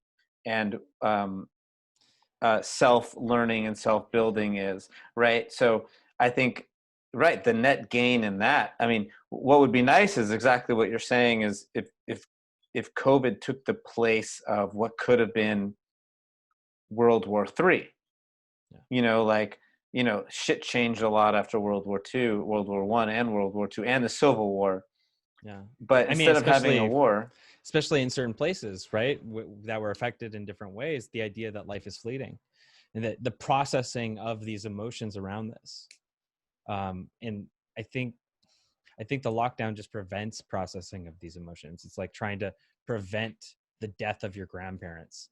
You're not going to prevent the death of your grandparents. You better just go talk to them, get your ducks in a row and your final words, so you don't have any regrets later.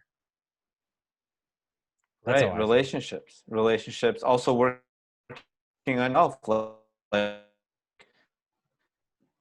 I think isolation for whatever 3 months, definitely. You know, this has been talked a lot about, but you know, has made us face ourselves, and so us coming out of it, like a cafe, really favorite cafe of ours just opened back up down the street, and just seeing them and the owners and talking to them, and all they want to do is like sit there and hang out and like enjoy other people saying hi, and you know, family hanging out in a cafe, loving each other, and you know, making good food.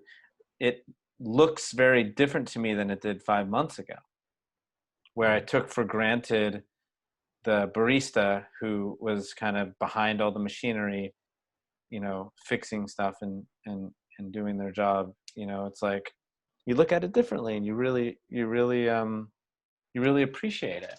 Yeah. You know? It's like the things that you reevaluate, reprioritize what your needs were and what you really truly wanted, right? Like, did we ever really need to go to those festivals and that international travel and all those nice cars and fancy sneakers and all that?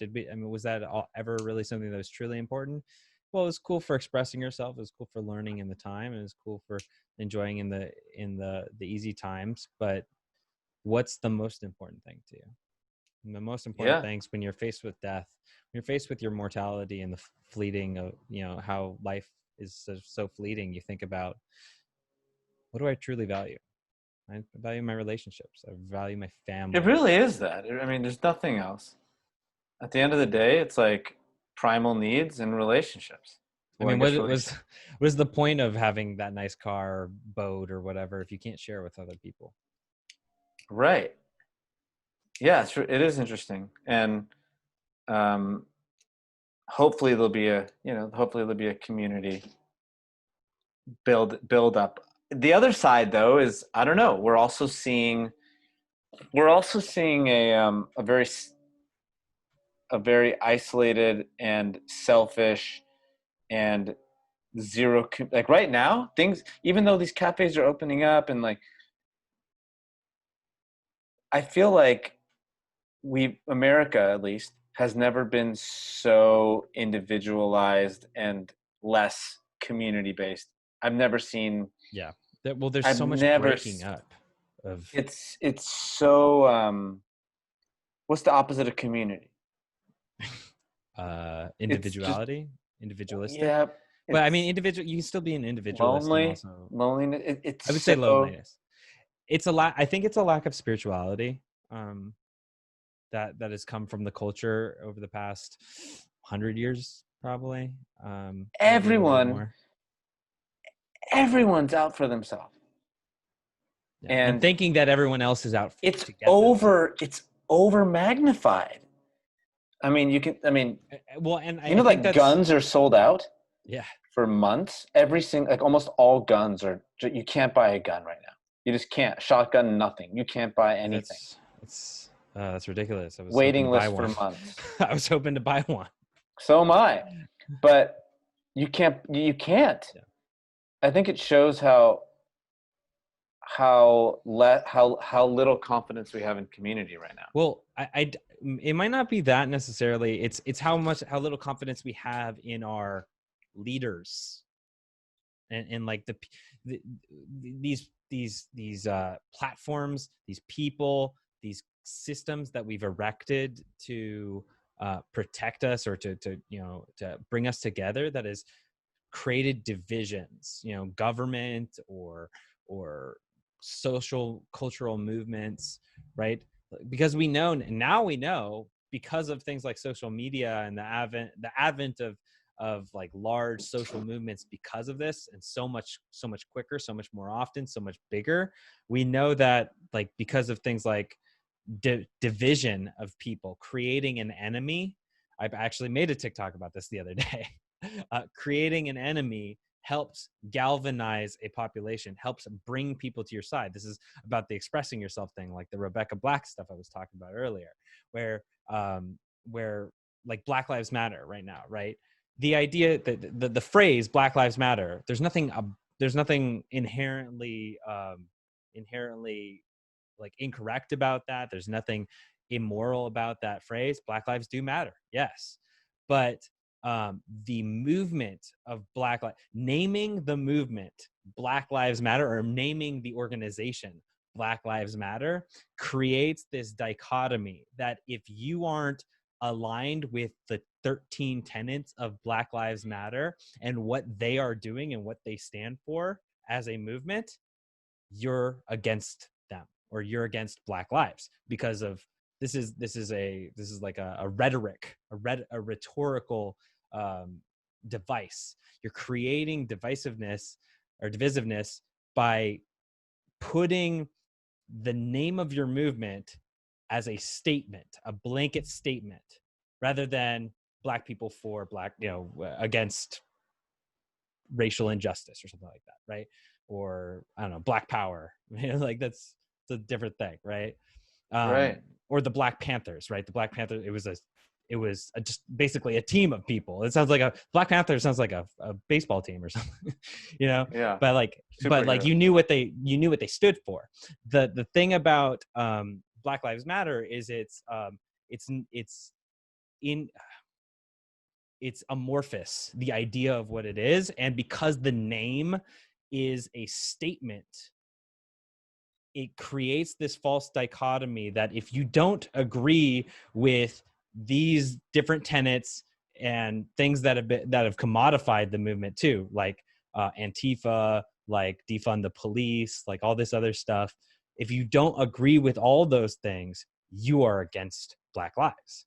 And like, it's a really smart thing for them to do to create a bigger movement and to create a faster moving movement. It's really smart. It's a good good manipulation to create a lot of traction.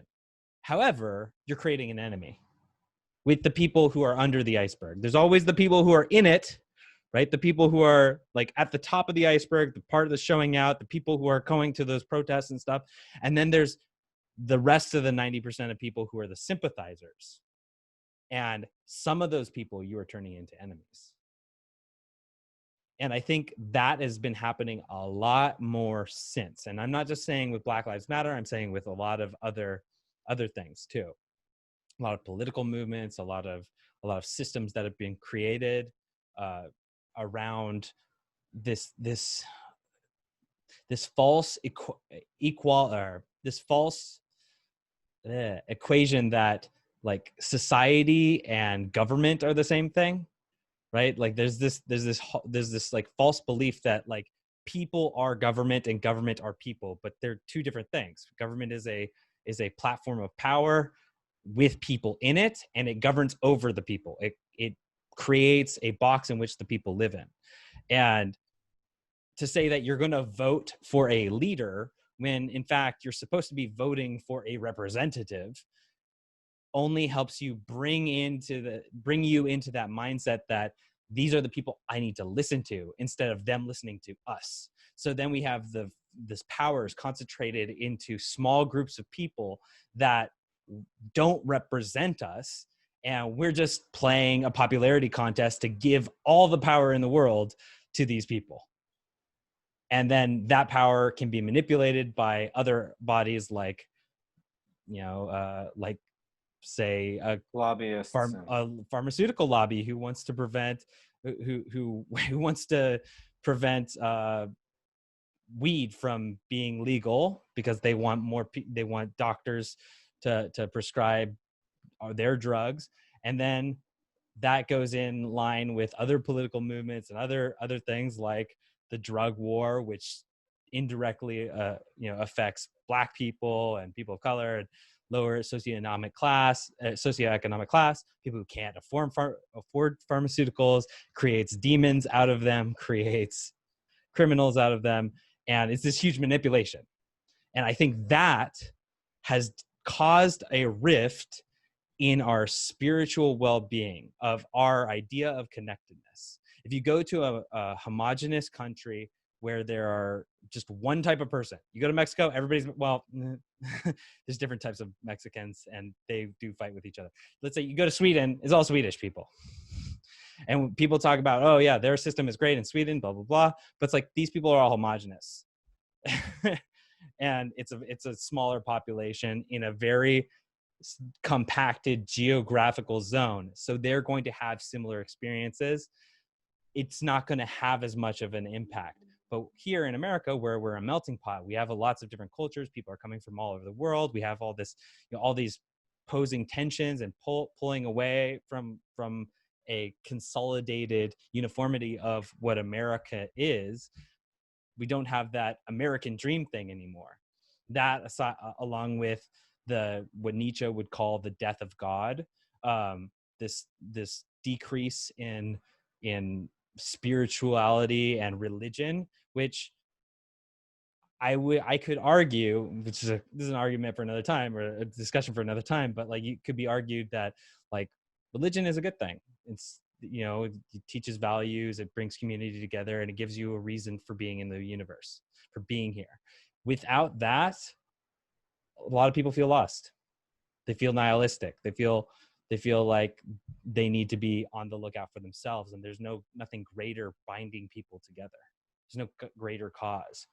And they replace religion with other things: politics, science, clubs, Harry Potter, right? They replace religion with all sorts of different other belief systems or other communities, and that's where they find their ties.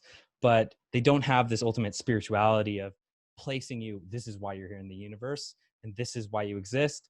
And there's a lot of love out there that we can receive and give to other people. And I think that's part of what has cleaved society these days, in that people are now individualistic and they're afraid. Rant over. Love it. No, amen, brother. Like, yeah, I think our leaders suck.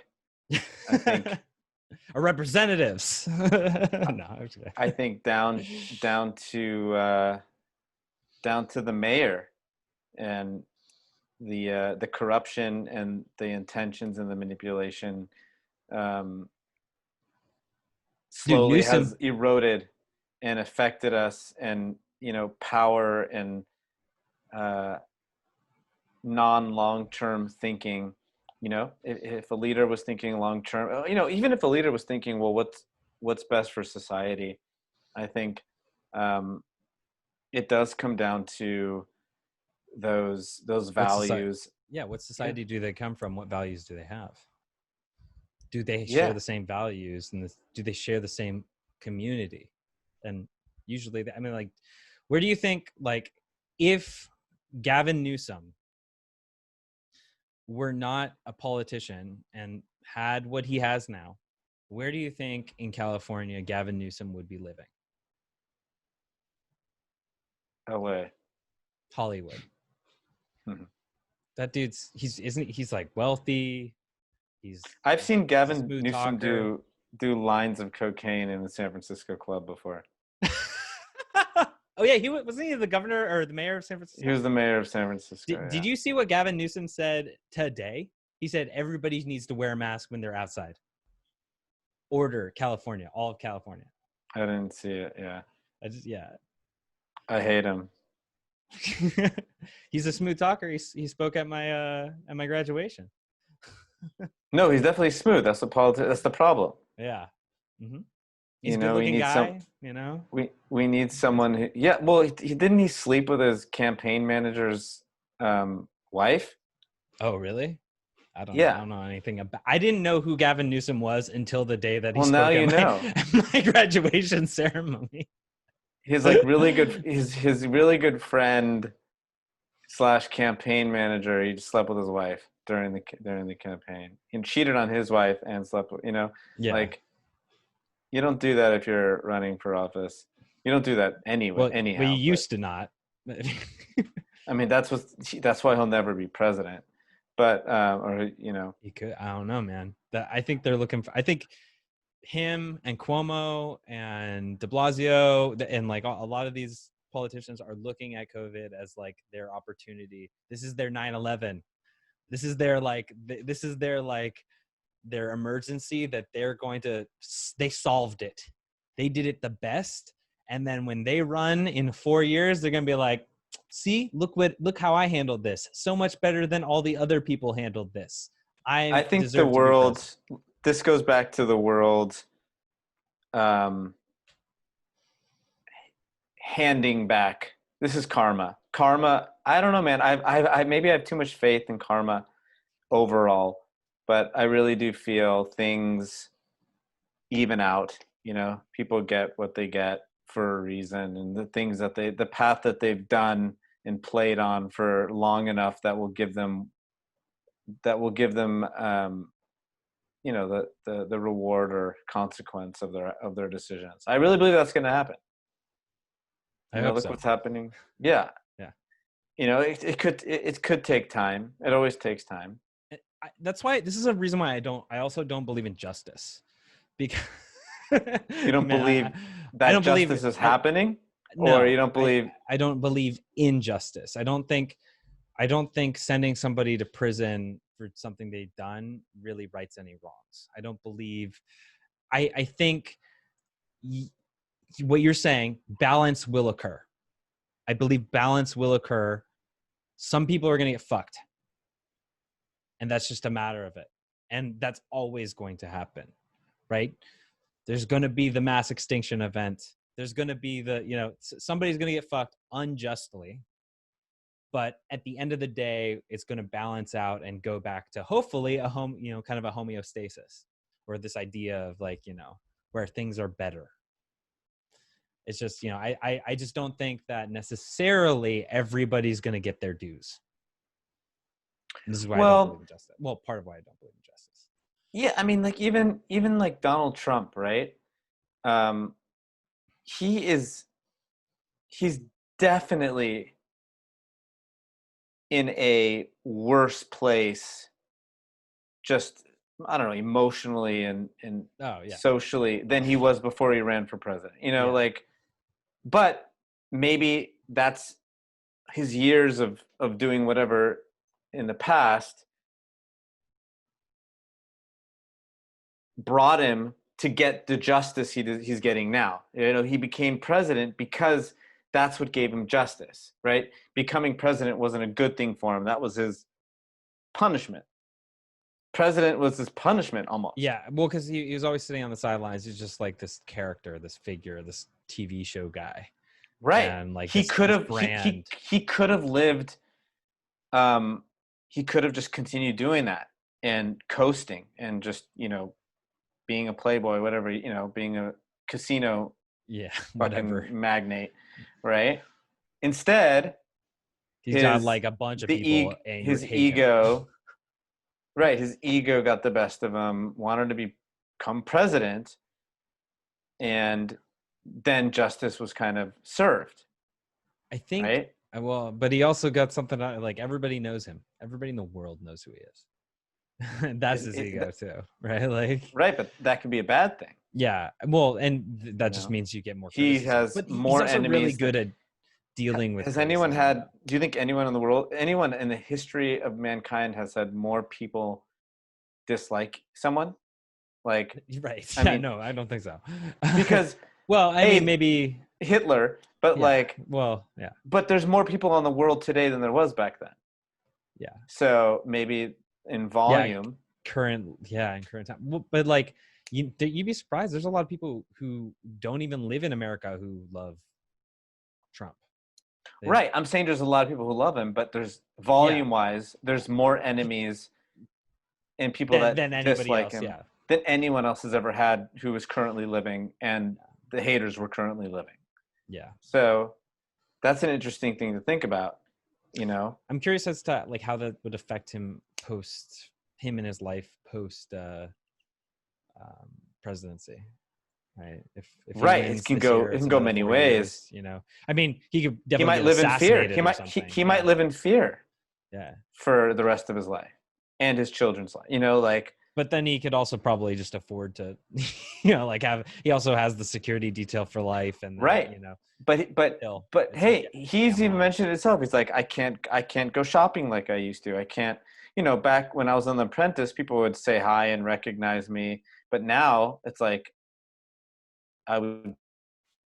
But if you think back in like, he cannot go to the Grove, if the country does not implode or have a civil war, if you look in like 20 years, people might like treat him like they do like President George W. Bush, where like people hated him when he was in office. They thought he was stupid, got us into Iraq war and Afghanistan and all this. And now like people even on the left are like look up to him and stuff. Like what? Like, well, it's kind of you're right. That it would take someone, it would take it would take, like, let's say you're right. Let's say Biden wins and he ruins the country. Just ruins it, like Russia. Like, Yeah, he'd be like, he I did- wish we could go back to. I wish we can go back Trump's to Trump. America.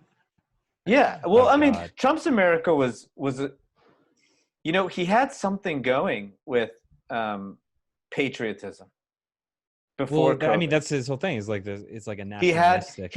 he had patriotism. You know, there hasn't been that strong of a patriotism since post 9/11, since like just the year after 9/11, right? And so he had that, you know, and you know, the economy, everything. He wasn't doing a horrible job. At least the timing was right with the economy and jobs um, and morale and army and, you know, foreign relationships That's the were thing that going like somewhere. people always discount is like the whole thing with South Korea or North Korea. Yeah, He got North Korea and South Korea to like talk, like be right. peaceful, and like he talked. Like I think that's a huge move. Like I think that's a Yeah. huge points. Like I'm not a Trump supporter, but I give him so many points. Just I give him a because lot of of that. credit for stuff. Like He did some crazy could have been stuff. World War III, right? He stood up. You know, he stood up to China. Yeah. From fucking us with the trade. You know, like, you know, he didn't do it, but the way he's handling this crisis is pretty bad. Well, the way he handles the thing that people hate about Trump is his rhetoric, and he's just exposing everything that every other politician did because he's not covering it up and using smooth rhetoric. Like every other politician did exactly what he did. In fact, like people are pissed off at Trump about ICE and like these raids on undocumented immigrants and putting them in kids in cages and stuff. And under the Obama administration, Obama was more aggressive with these ICE raids than Trump has been. He deported Right. more people than Trump. You didn't hear about it, but he was a smooth talker. And meanwhile, you know, and also there was a lot of other stuff too, right? You know, because it's more immigration, social right? issues, all that stuff. And also Obama bombed 7 countries at once. Meanwhile, George W. Bush only bombed 2. Right. So like you don't hear about it. It's like yeah. let's talk about the, you know, like unwarranted killings of American citizens without a trial on Al-Awlaki and his 2 children. Like that all happened under the Obama administration. Like, but because of his rhetoric, people didn't care. And rhetoric, it was his social skills, really. Yeah, it was his social skills, and he was good at talking his. He was way good out. at looking good. Yeah, and sounding good, and we love to hear him talk, man. Obama can. He had the best have a great body language ever. He's a great orator, and so it's amazing. That, you know, it's amazing. But you're right. You know, yeah. In 20 years, we might be like, wait a minute, we were on the right track with our jobs and our, you know, bringing jobs back to America and getting out of China, and you know, we were on the right track. I mean, COVID really threw a fucking wrench, but he also should be standing up right now and not being like, oh, you know what, Minneapolis, you're in charge of your city and Gavin Newsom's in charge of his state, and you guys do what you think is right for COVID according to your state. Let's see what happens, right? That, I think that was a big mistake. I think there should have been a universal, hey, this is what we know about the disease. Absolutely nothing. It's really new. Stay the fuck inside, you know, or whatever, you know, stay inside for 3 weeks. Like, we can't get out. Like, you know, there's, you know, just some universal, I guess, leadership, right? Some universal conformity throughout the U.S. He basically went under a rock in the last I think that the last 2 months may have cost him his election. Well, I mean, Joe Biden's under a rock too, so I don't know. I still think that Trump has a really good chance of winning the election. MSNBC posted up a poll of that. The question was, are you considering voting for the Libertarian candidate for president? And 82% of people said yes. Who is So, it? Do we know who it is? Jo Jorgensen. She's I don't know anything about her. She doesn't seem like a character. I don't know anything about her character or her stage presence, anything like that. But I like her policies. Like Maybe she's someone to look she's at. calling out Trump, and she's calling out Biden and stuff, and like calling out the government's response to these things. And so that that could be something. But like, unless she gets incredible support, the establishment isn't going to let her on a debate stage, unfortunately. Which is well, statistically, I mean, if you look, the election betting is what to look at, right? The odds, like Vegas. Okay. And they're saying Biden is ahead right now by a lot. So I mean, they said that with Hillary too. yeah, that's true. So you never know. I mean, but they're taking into the consideration of they're that's baked in the cake. It was the Hillary thing.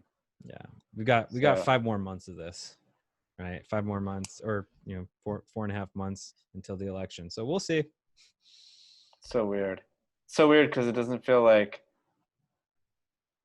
an election. It just feels like Are they going to cancel it? You're like, oh, COVID. 2020 is fucking canceled. We might as well. We're canceling sports. We're canceling schools. We're canceling the election. We'll meet you back at the next election in 2024. Right. Nothing changes. 2024. What's her name? That's when they revolt. Nikki Haley. Who? This woman named Nikki Haley is gonna run. I think she has a good shot at being the first American woman president. Nikki Haley. Mm-hmm. Nikki Haley. Republican Haley. South Carolina. Interesting. She was the UN ambassador. What about The Rock? What's The Rock Johnson? ran? Yeah. Dwayne The Rock Johnson. I would vote for Dwayne. I think a lot of people would. Why not? Instead of Dwayne Johnson, it'll just say The Rock. Like, I'm voting for The Rock. If there's any problems, like, he'll do it himself. I mean, whether it needs to like be talking to children or blowing up a country, like, he'll just go in. He's like, listen. He'll be, all right, listen here, guys. I got up at 4 a.m. to hit the gym before I came here to Moscow to talk to Putin. Right. And after that, I'm gonna go, do some IT work at NASDAQ. Yeah, right. I'm like, what? Because that shit's not working right now. Feed the homeless. I'm cooking for the homeless. Can you smell what The Rock is cooking? Yeah. I would vote for Dwayne Johnson. Yeah. In a heartbeat. I mean, like, I know nothing about his politics, and I don't think he's trying. It doesn't matter. But it's like, it's who he is. He's a good guy. Yeah, it's who he is. It's his world. It's my monkey brain thinking. It's his world love and abilities. Or who else would be cool? I don't know. Someone who just has never been political before would be awesome. Like, that's why. Arnold Schwarzenegger could have won. If he could have run for president, he couldn't run. It's your body. Like, the body is so important when it comes to influence. The Rock having the body that he has, having that has propelled his entire career and put him into the spotlight. And just like his, that aligned with all his the social personality is experiences great though. Yeah, no, well, aligned with all the social experiences that he's had has helped him develop into a person who he's funny. Has great he's character. He's cool. Funny. He's likable, and it seems like he has really good intentions. Yeah, because he's no bullshit. He's like one of those guys. He's like, I'm not gonna bullshit you. I get up at 4 a.m. right, like to go to the gym for 3 hours. Right. Like, yeah. Like, I mean, the no bullshitters are good. Like Jordan Peterson. He's a no bullshitter. I don't think he could run for president. He's a Canadian. So. Canadian? He wasn't born in the U.S. He should run for. Actually, I've seen him talk about it. He's like, my services would be better off not running for prime minister because I would be spending so much time undoing like political shit, red tape, just to say my piece. Mm. Yeah, they're in a different situation in Canada. I can't speak about that. I don't know anything. Yeah. Here you can just be a Twitter president. So Terry Crews for president. Or who else who's the biggest ninja? Ninja. Or PewDiePie. Oh wait, PewDiePie. no, he's Swedish. No, he can't. Who's the biggest? Yeah, I think they're the biggest social media people, right? Or Charlie D'Amelio. I don't even know who that is. She's like a 15-year-old girl on TikTok with like the most amount of TikTok followers. Really? Wow. Who? I remember when that started. Like Jenna Marbles Jenna Marbles for president was a big one back in the day. Or what's his name? Dan Brazil. Oh, how about Joe Rogan? Joe Rogan for president. He'd be like, "All right, everybody, DMT for everyone." We are going to supply our water with MDMA. Yeah. Like... That would be great. I'd vote for Joe Rogan. Why not? Oh my God. He wanted Bernie Sanders, I think. I think he's just like, he wanted Tulsi Gabbard, and then she got kicked out. And then he was like, Bernie. He's like, I'd vote for Bernie. Yeah, I think. But... Yeah. Yeah, that would. I don't know. They're relatable. Joe Rogan's pretty relatable. Yeah. Tim Ferriss. These are all men, though. What about women? Yeah, well, Jenna Marbles is a woman. Jenna Marbles, yeah. Well, yeah. I think Nikki Haley is going to be president one day. She'll be the first woman president for sure. Yeah, not for sure. But... Let me show you this. This is Charlie D'Amelio. 64.3 million followers, 4.5 billion likes. 4.5 billion. 16 likes. Years old. Killing it. And this is all she does is like dances. That's all. No, that's all TikTok. That's what TikTok's for, right? And that's just what she does. She just dances. Dude, she needs to put a product up on her page. Oh, she did a thing like a fan meet and greet where she donated all the proceeds. Like people bought tickets and she donated all the proceeds to a charity, which is really cool. Right. It's awesome. And now her like whole family is involved like with the thing because they're like she's just like let's lean into this strength. Like her sister is on there too, Dixie D'Amelio, and then her parents are in there. Yeah, see, so she had 36 million followers. Her sister has 26 million, so not as up there, but still a lot. Yes, it's like the number 2 person on TikTok probably. 20 million views on average. Yeah, look at this. Oh my God. Oh, she does. She has some T-Mobile thing going on up there. Where? There is some sponsorship. Go up.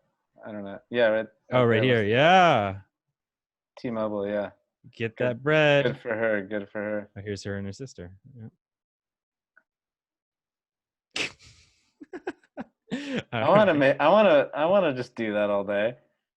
Let's do it. Let's make some dances. Okay. I'd be surprised. So I was talking to my buddy last night, and I'm like, I'm just gonna start experimenting with stupid shit for like, I've spent long enough like not putting myself out there and doing that because I don't know. I was happy being the under the radar guy for a long time, but yeah, I'm getting more into social media and I'm sucking at not sucking at it, but I'm like, growing pains and trying to figure it out. And I'm always wondering like if I just do like a workout hit video, I've never done one before, but I just do a workout hit video. Like I feel like you can get a lot of views if you just do a good workout hit video and just have a little twist on it. And then you get views, you get following. And then after that, you can do like, I don't know. Those are so popular right now. Right. There's this one chick that I did a couple of her workout, like 13-minute workout videos. Her name's Chloe Ting. She's got 10.5 million subscribers, and she's like not even like super fitnessy. She just like does Yeah. these like little. She's like, this is for, and it's like mostly geared towards women. You just do a little twist on it, like drunk hit workout. There you go. And you're just taking shots on your breast breaks. Dude, that's dope. That's what I'm gonna do. Let's do it. Okay, let's do it. I love that. I mean, just coming up with ideas like that. Yeah. It's like, yeah. So you can get your drinking in, and you can get your workout in. I think I'm gonna do that. I need to figure out how to get the software program to like count down and stuff.